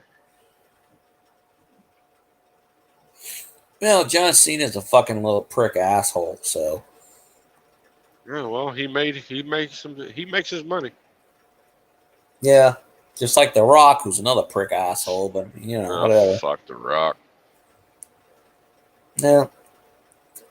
See, John Cena was dating Nikki Bella, Uh-huh. and he tried to tell her what to do. He's like, look, I'm doing this, this, and this. Don't want kids. Don't want this. Gave her a whole list of rules. If you can follow these rules, then I'll marry you. And it was like, I don't know, 130 something fucking rules. And For she's the, like, for the most part, the thing that broke them up was the baby situation. yeah. And then he starts in the Fast and Furious movies. He meets a co-star or whatever, or somebody that was working on a set or something like that, marries her, and now he's got a baby with her. Mm-hmm. Ain't that some shit, right? Uh-huh. That was the main thing. He did not want to have a kid. So, And now he's got a kid. yeah. He always was a piece of shit, though. It's funny how Vince McMahon owns his name. That's his real name, but Vince McMahon owns his name. And Uh-huh. I'm like, I didn't know he was copyrighting actual names now. Or in the past, I mean. But he came out in a video interview and he said, I'm fine with them owning my name. He goes, I make money off of it. Fuck yeah, he does. He makes millions off of that. Yeah. Comes It's like, back I don't every want once in a while. He comes back every once in a while, throws a few good matches, and leaves again. Yeah, he's part-time, basically. Oh yeah, his body fat's decreased. He's lost a lot. His back Yeah. can't take much more. Mm-mm. He's got to be older. He's older than me. He's in his Got 40s, I it. think. Oh, yeah. John Cena's a couple of years older. John Cena's was born in, 76, 77? He's older than me. He's got to be. Mhm. I remember Maybe. the first fucking match he had. He came out looking like fucking Vanilla Ice challenging Kurt Angle to a match. I'm just, what the fuck is this dude? He's like, ruthless aggression. Yeah, that was his debut. Yeah. And he had a stupid rapping dog, rapping genie bullshit. No, that wasn't more than 3 seconds, YouTube, just to let you know. No, WWE is one of those right up there with the NFL and Disney that sits there, pays people nothing better to do. Now, they don't catch everybody because there are old videos up there, but that's all they do. Their job is to catch people listening, picking up on shit. I tested that theory once. I don't know how to post videos, and I was singing the WWE theme song on my friend's channel. And I wasn't even 20 seconds into the theme copyright. And I go, what the fuck? Are you serious? I'm like, oh, well. I think I was singing a Do Love theme, which really doesn't have many words. It's just like, do love, and that's it. And then it repeats. But they have copyrights, so I claim copyright over everything in my video, YouTube. Except for Cajun, because I can't claim copyright on him. But all rights reserved, LLC. Field Guy Incorporated, or some shit like that. I don't know. One time I gave permission on YouTube.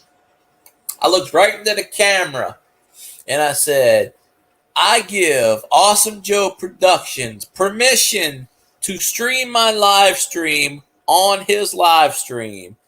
Because I don't know. I forgot the reason why he wanted to stream me. I guess to get viewers to his stream, or I don't know. I don't remember the reason.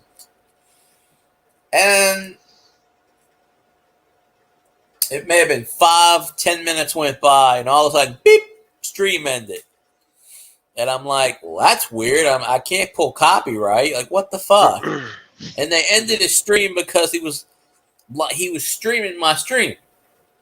And I looked right into the camera and I said, YouTube, I gave him permission.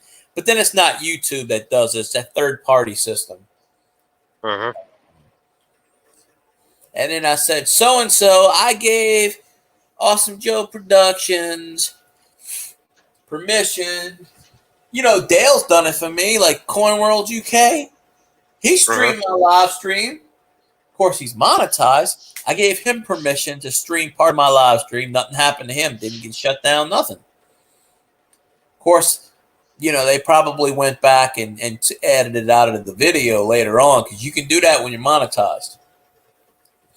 If somebody porn bombs you or something, you can get it deleted out your stream. No. They'll delete it. Because when you're monetized, you can actually talk to a fucking person. You can't do that when you're not monetized. They kiss your ass when you're making money for them. Like more money than usual. Then they kiss your ass. Because I know Dale, somebody did something on one of his streams, and they asked him, do you want to delete it? He's like, yes, I do. And it was like, I don't know, 30 seconds. They deleted that part and just spliced it together. You wouldn't even known if I would have seen the video. You wouldn't even know. But just like, all right. Hell.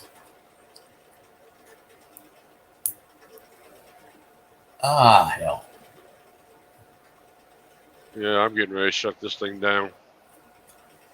Yeah, I realize it's 2:30. Shit. I got to get up at 9. I got that interview I got to go to. So then I got to clean all day and fucking move. I only got like 3 more days before I got to move. And half my room is still on the floor.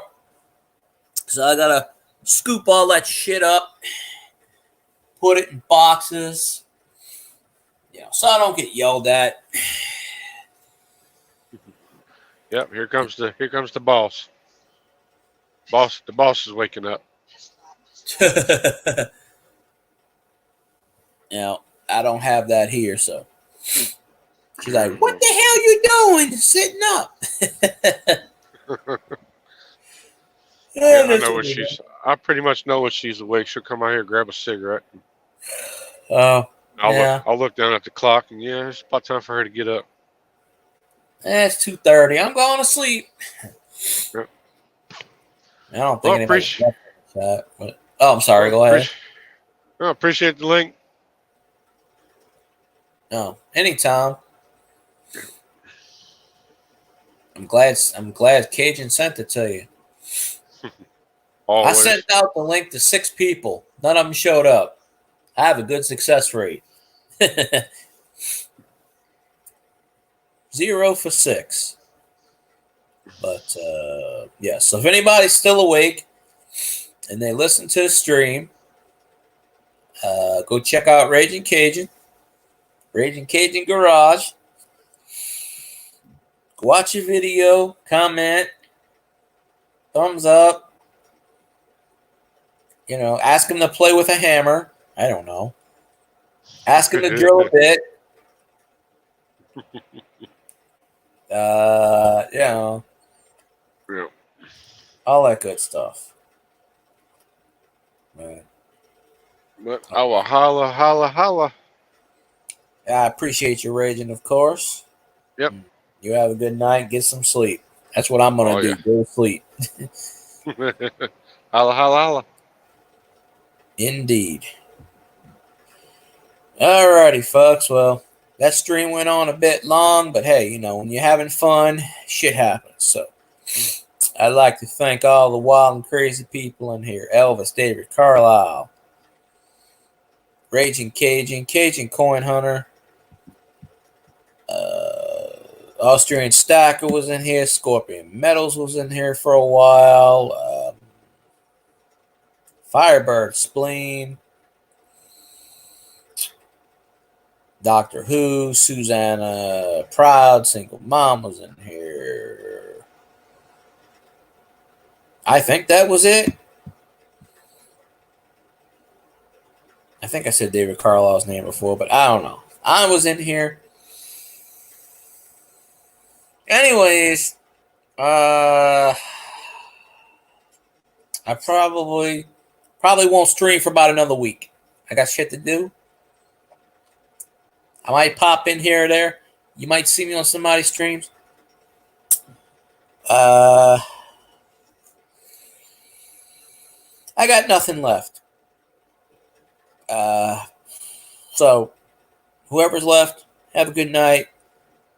I'll see you on the next stream. And that's it.